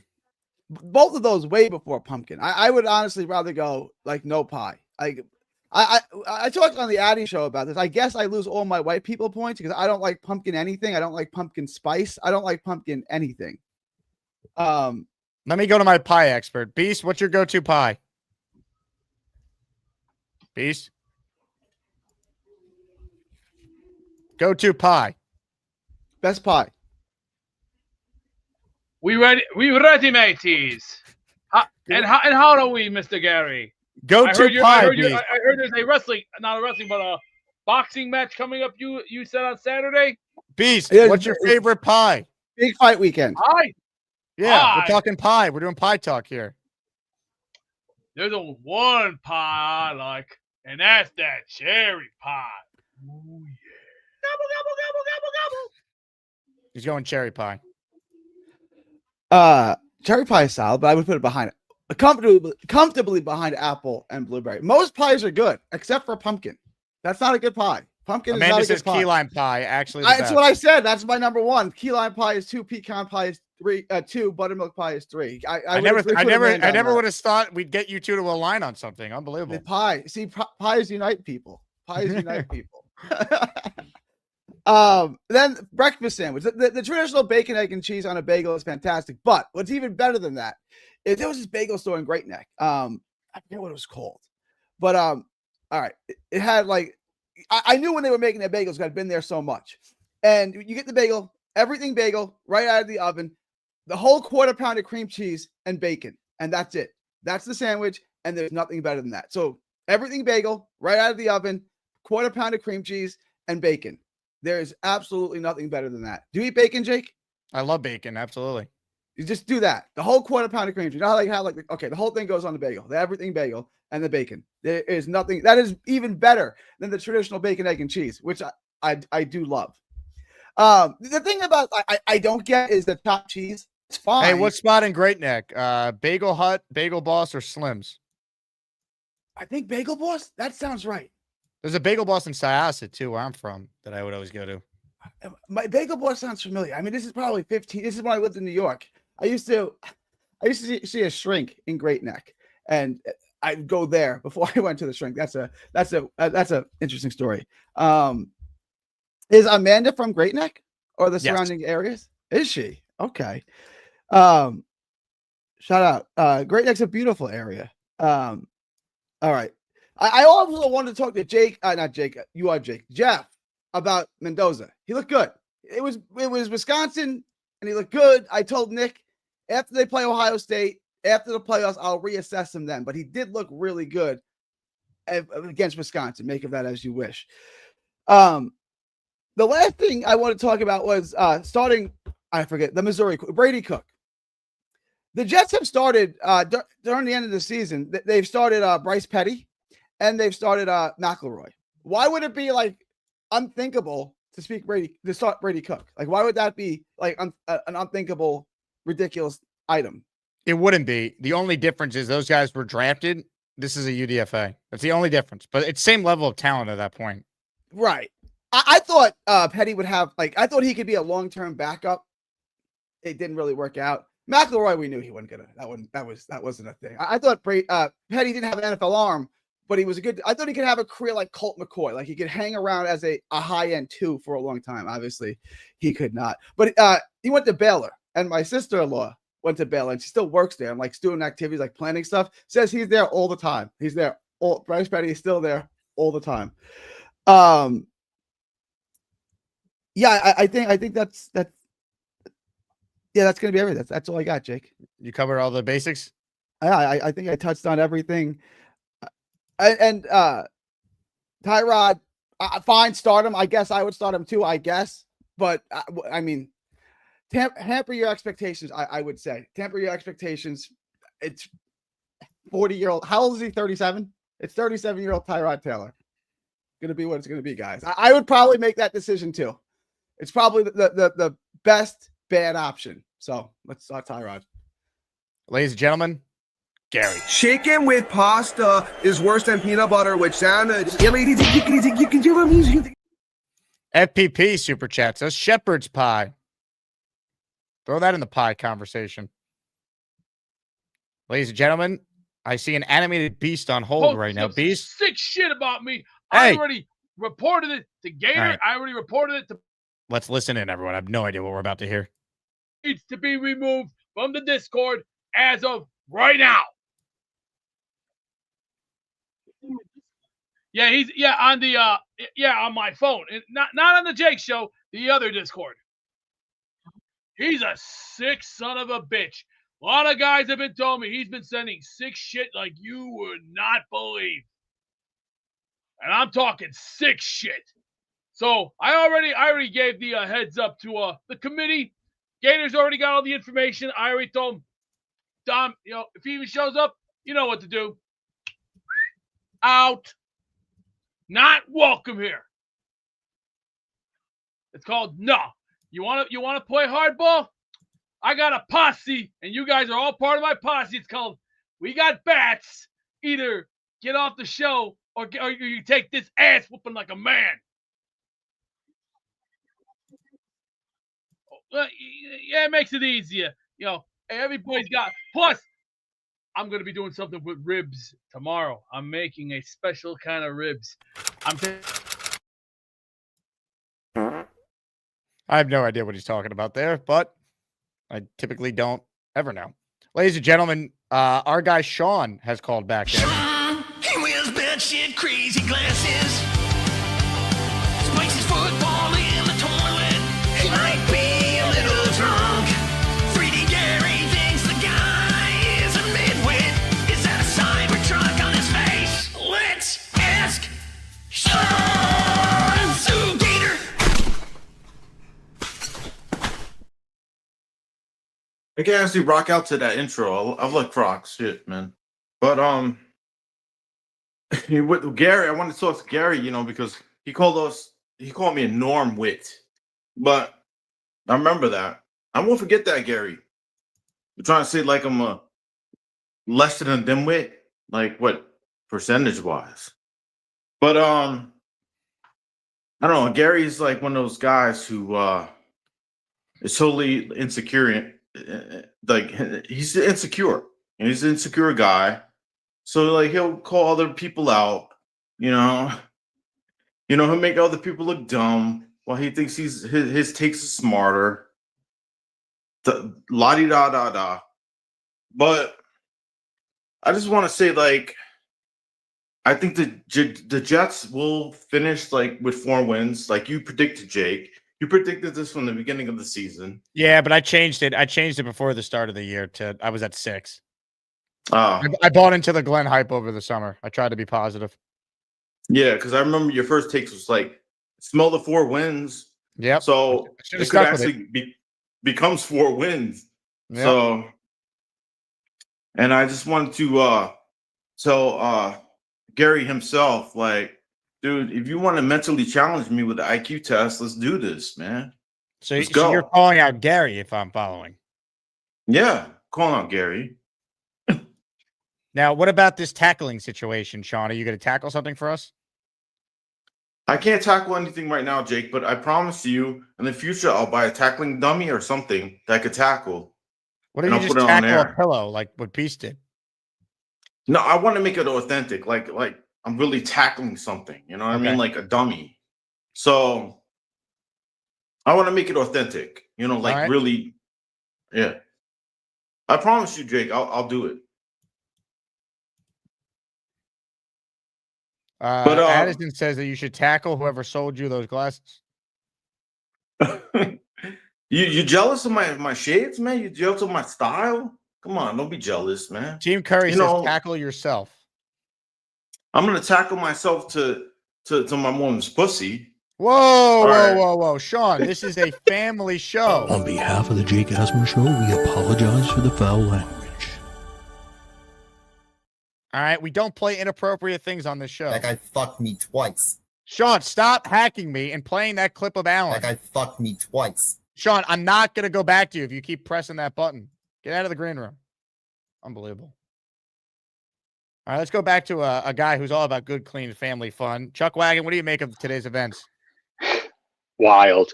A pie that is very underrated that no one is talking about, sweet potato pie.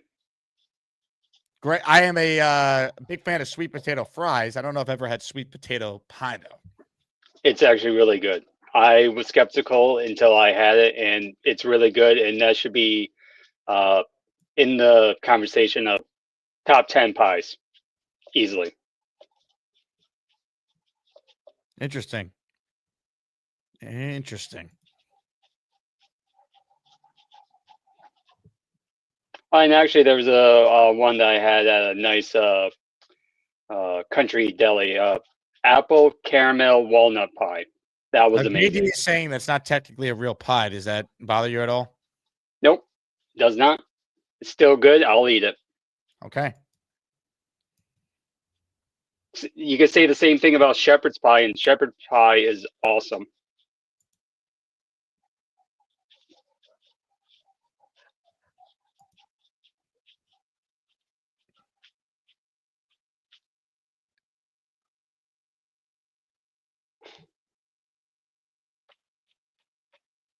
Anything else? No.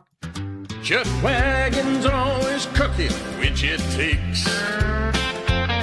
Chuck Wagon's even cooking at the game. Chuck Wagon hates McDonald's, but he's headed home to cook.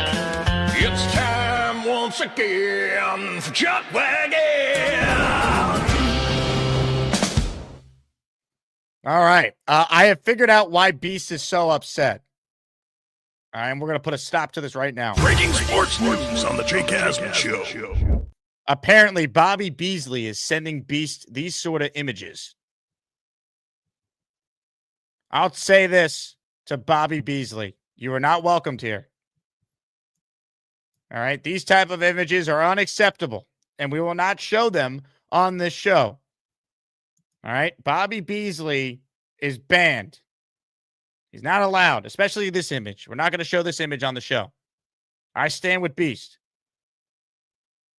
All right, for those new to the show, Bobby Beasley is Beast's arch nemesis. He apparently has returned. And this is what Beast was flipping out about. Someone was sending him these images. Unbelievable. Beast, you there? We're going to put a stop to Beasley. He needs to go to jail for a lot of things. He don't belong on the outside world. He belongs in an orange jumpsuit. And, hey, put your camera back on. I can't words, see you. Yeah, these words are going to be one of this. Yeah, no, don't drop the soap when you're in the shower. Yeah. Hey, I can't see you, though. Put your camera back on. All right, man. Well, I'll tell you what, my man. I know what I'm going to go do. Make another round of this. I can't see whatever. I have no idea what you're talking about. You make a round of what? Cold, and I ain't going anywhere. So where am I going to go? Mars? Put your camera on. As they say, he's on the phone with someone. Cowboy style, baby. Yes. Happy holidays to you and to your family. We're going to stop Bobby Beasley together, Beast. And this is all of you know who's work. I ain't going to mention his name because he already knows he's in big trouble. We're going to stop Beasley. I'm not. I already made it loud and clear. I ain't having it. This is all Beasley's dirty work. Oh, he'll get what's coming to him. I'm gonna let Jesus Christ put him to rest or put him in the grave. See. Thank you, Beast. All right, home stretch here. Last chance to get in the raffle, by the way. We have a Breece Hall signed helmet up for grabs. If you don't win, well, you should still enter because you could win a Nick Mangold signed football, an Armand Membu signed jersey, and a Wayne Corbett signed football. Oregon Jets writes, and when Beast eats possum, does he use salt and pepper or garlic powder? Beast, would you like to respond to this nonsense? Stick it up your ass. All right.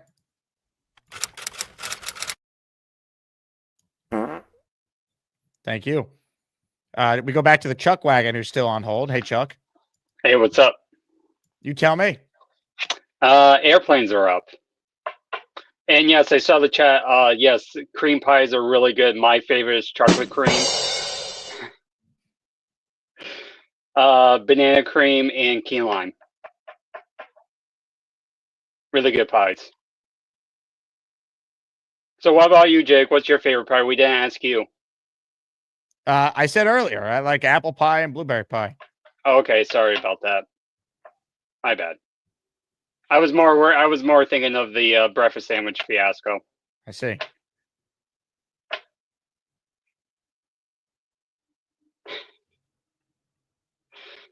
I like American pie. Great comment here from PBM. Hey, PBM, you were on hold, weren't you? What happened to you? Anyway, all right, last chance here. Chuck Wagon, keep up the great work. Thank you. You too. All right. Again, folks, if you are associated with Bobby Beasley, if you're the ones making these photos, helping him, you're not welcomed on this show. All right, we are Team Beastbreaker. Correct, same on the Je ne sais quoi. Are you almost ready for that Wheel of Champions there, champ? Not yet, because I still have some champions on the line. Ladies and gentlemen, Craig in Australia is next. Hello, Craig. Hey, how you going? Craig, I'm living the dream. How are you? We're all living the dream. I have a question, though. That picture that Bobby Beasley made of Beast, is he covered in Vegemite there by any chance? Let me review the tape here. It kind of looks at it. It kind of looks like it. You know what? That could be disturbing. Yeah, we know Beasley is a sick, twisted human being. If Beasley wants to DM me, I'll get Mrs. Craig to send him a bottle of Vegemite, if necessary. And we could do it for real in the tailgate, for example, if Beast was going to make an in-person appearance one day. I'll tell you what, Vegemite might kill bring American. the people. They're not ready. Well, it's all about the dosage, right? So if you're, have you tried yours yet? No, I don't know if I'm ever going to try it. I don't think I have it in me. It's you still can just do in it. there. I have it. Whatever you do, don't take it while you're alone. Okay, make sure you've got a support person there. But it's all about the dosage. You just need to keep it sort of a thin layer that you can almost see through. That's how it works. So I think you'll manage. But I'm in the process of planning my trip in April next year, and I'm planning to drive.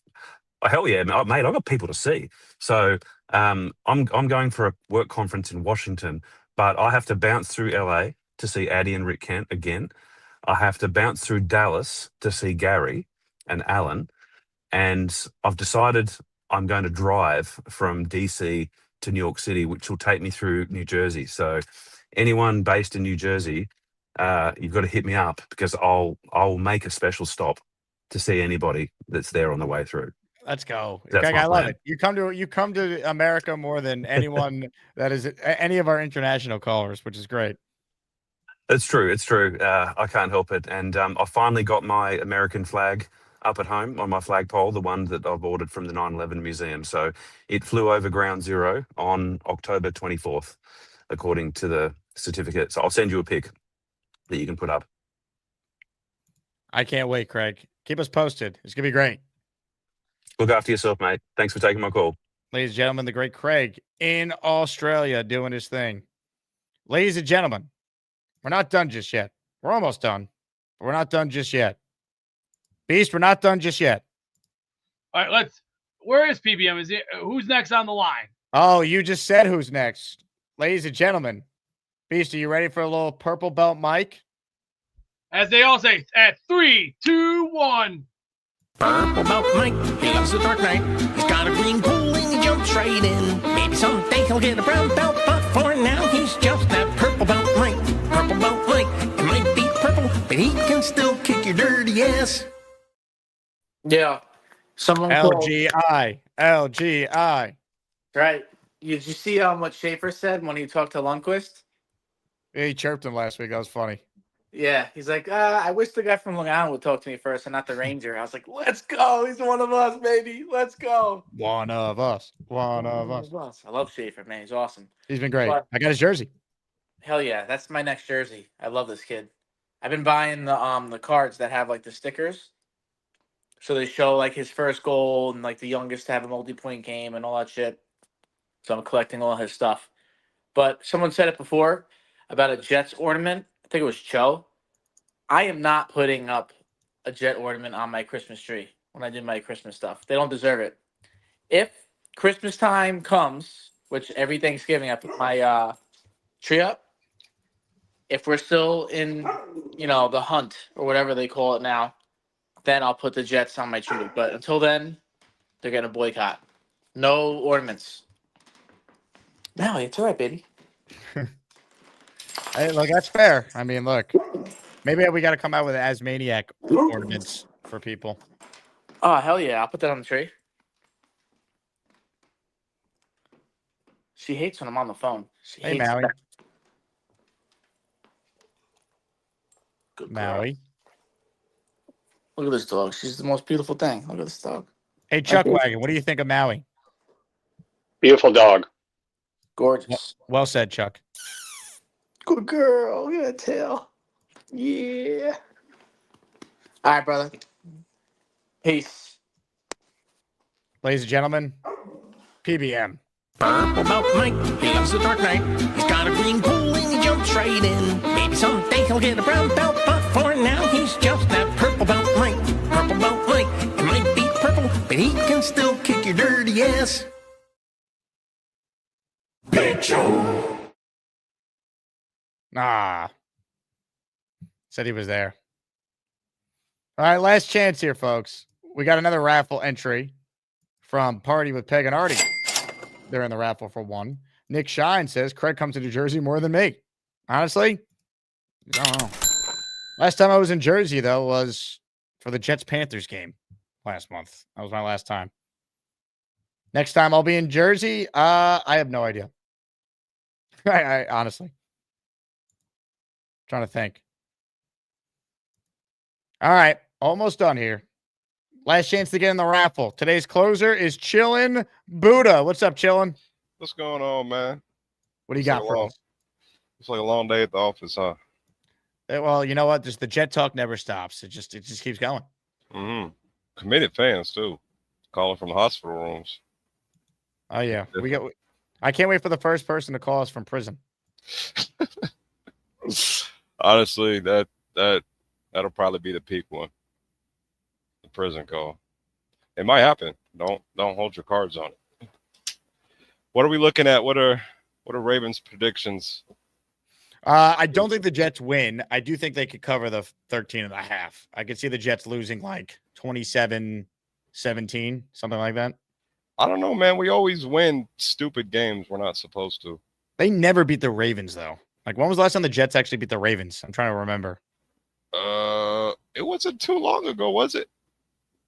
I could have swore it was them or another team that I saw where I said, no, we were not supposed to beat Someone in them. the chat, tell me the last time the Jets beat the Ravens. I have no good memories of the Jets, especially in Baltimore. When they play in Baltimore, I feel like the Jets never win. I remember the nightmare game in 2011 when Nick Mangold was out, and what was it?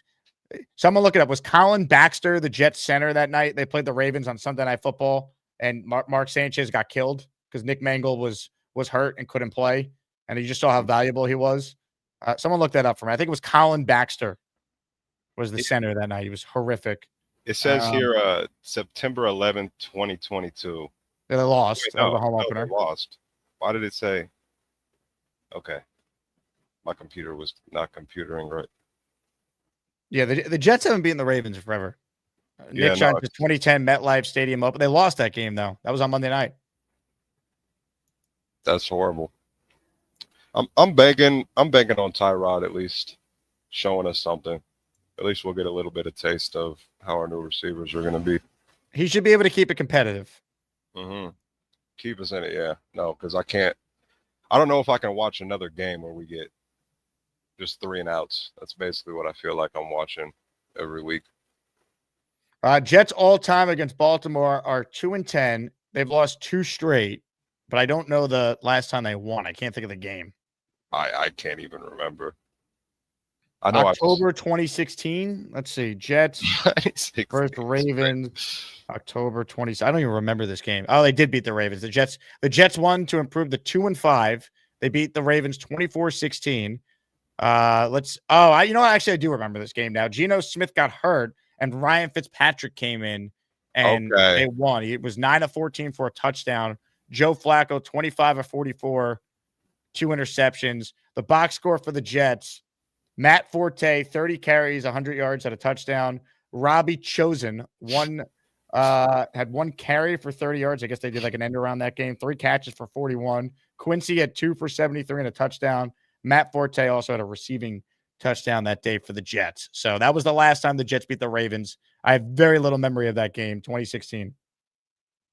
I think it's starting to come back to me now, because I was wondering how we even pulled it off. That's been a couple games like that, though, that I can remember, where we went in losing games we were supposed to win and winning games we were supposed to lose. I do think they're going to win another game or two before the season's over. I just don't think it's going to be this one. I'd be shocked. That'd be the biggest upset of the season besides what? Bills, Dolphins. But what did that line close at spread-wise? I don't know if it was 13.5. It might have been. I could see the Saints. I could see us getting the Saints off. I can't. Saints winnable. Miami's winnable. They're at home for that game. Atlanta's winnable. Kirk Cousins can't move, and we know it's definitely going to be Kirk Cousins with Penix now having the torn ACL. Atlanta's bipolar. You don't really know what you're going to get with them that week. I could see it. I could see it if they have a pretty off week. You said who was out? Kirk Cousins is the starter because Penix is hurt. Okay. Yeah, I could see that then. Miami, I could see, yeah. We'd have to pull off a miracle to hit New England. I can't see New England. I can't see the Bills either. I could see a close one, though. Especially, I want to see how Tyrod does this week. If he does really good, then it could be a double-edged sword. You know, he could do bad, and maybe we see Brady cook. That'd be really cool. You won't see him just yet, though. I think they go back to Fields first, and then we see Brady cook at the end of the year. I think the earliest we see Brady cook is maybe that game against the Saints at the end of the year. There are 3 games to go. I could see that or the New England game, where he at least gets a couple reps in. I just want to see at him home. play. I just want to see him play. I wouldn't expect much, man. I'm not expecting Brady Cook to be this dynamic player for the Jets. Right. I mean, what a world we live in when we're praying for Brady Cook to get some reps in. But no, man, I just want to see. I don't really care who starts. I just want to see some football. Competent football. That'd be nice. Yeah. Just some drives, even if we don't win. I just want to see a good game. I'd rather see a good game than a 3-and-out competition.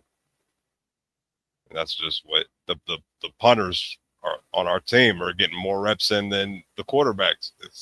It's getting. And we have a great punter. We have a great special teams unit this year. We're getting a great year from Falk. McNamara has been awesome. We're wasting it. It's it's that we got to win on all fronts. Once we start winning it, at QB, hopefully everything will tie together. We can only hope. You're not wrong. But yeah, man, you're just go chilling. Jets. Yeah, I love just it. chilling. Just Hey, chilling. your shirt regardless. was ordered today, Mr. Buddha. Thanks for getting back to me. Hey, no, thank you for the shirt too, by the way, man. Sorry for the delay. You're the man. I Ladies just and gentlemen, look at this guy. He's the Buddha man. Chilling, Buddha. Hit it. Are we ready? You know what? Ladies We will be ready. Hold on. I have to shout out Chuck Wagon in on the raffle. He's the last to get in. He just gifted 5 memberships.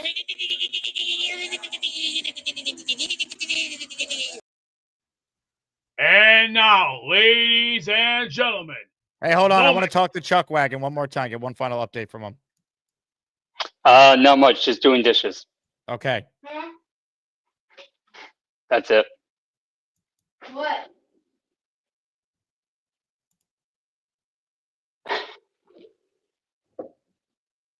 Anything else, Jake? No, that's all I have for you. Thanks, Chuck. Anytime.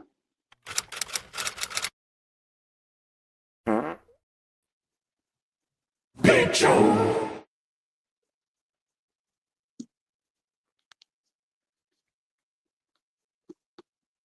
Jake. We're talking about Big Joe.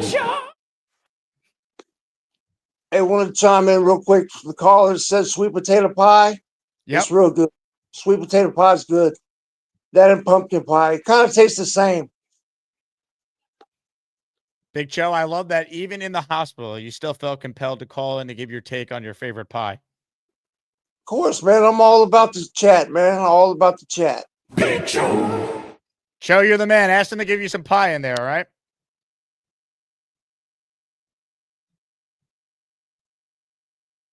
I am finished, ma'am. Okay. How are you, sweetheart? I'm good.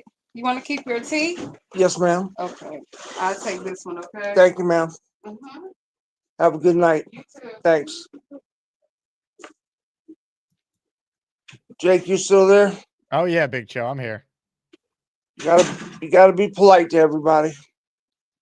Absolutely. That way they won't mess with your food. Big Joe. How you doing there, Joe? You all right? Yeah, what's up, Beast? All right. So, what are they giving you for the final for dessert? What are they giving you? I have vanilla pudding. All right, then you're all set. Then, are they giving you any water or anything? Yeah, I had a couple teas for dinner, but I've been drinking a lot of water. Big Joe. Very good, very good. Well, take good care of yourself, and hope to see you back at home. Maybe you said you're going home tomorrow. Is that correct? I hope so. We'll see.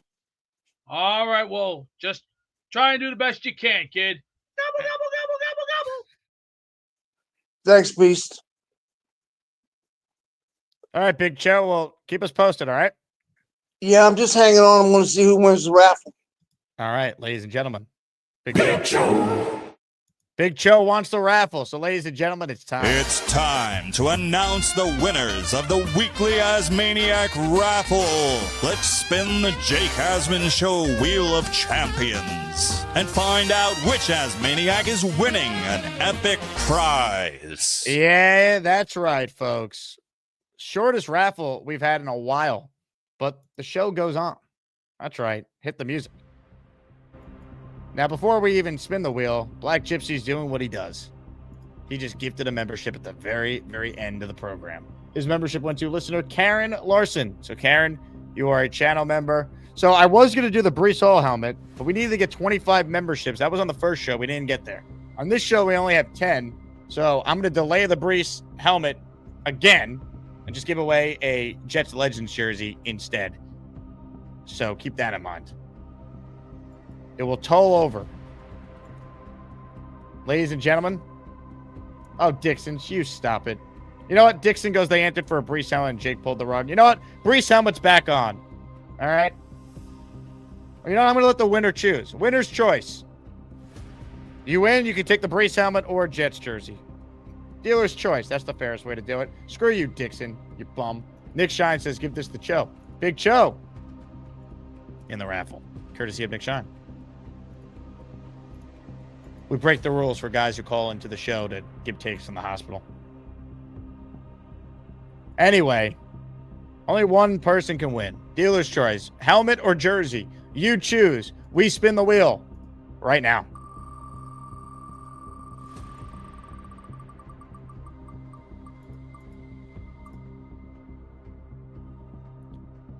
Mimosa is your winner.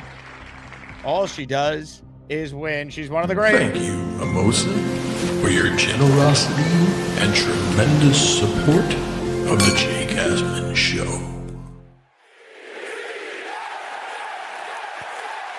Congrats to Mimosa. All right, on that note, I want to thank everyone who tuned in today. Thank you to Jeff Parles for coming on the show in his weekly spot. We're back at it tomorrow. The guy who's getting married on Saturday, Matt O'Leary, will be our first guest tomorrow in the 10 a.m. hour.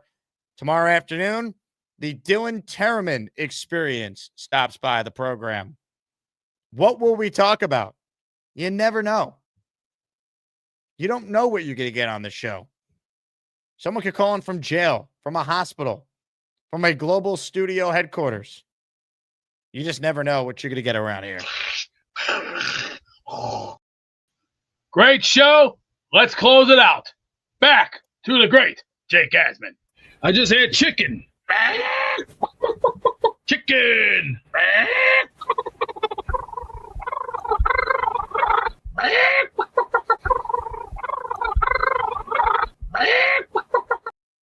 All right, ladies and gentlemen, you guys are the best. Have a great night. We will talk to you tomorrow. Jets, Jets, Jets, Jets. Listen, pig mouth, shut up. Keep your mouth shut. Number one, when you call people old, this is what you get.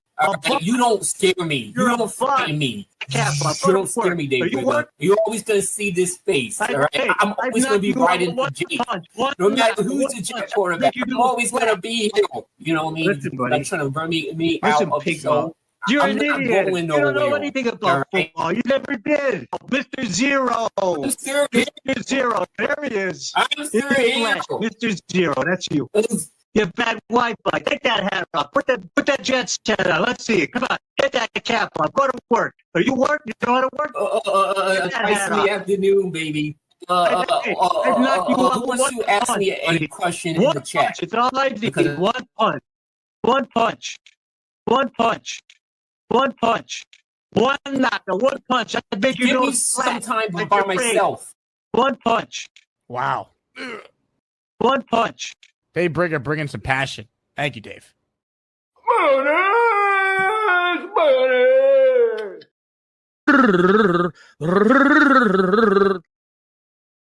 Hey, here's the deal. Just got no chance unless you click on that like button. And you gotta make sure you subscribe to the Jake Asman Show. You don't, you can get the f*** out. Now let's go, Asmaniacs. We're built for this shit.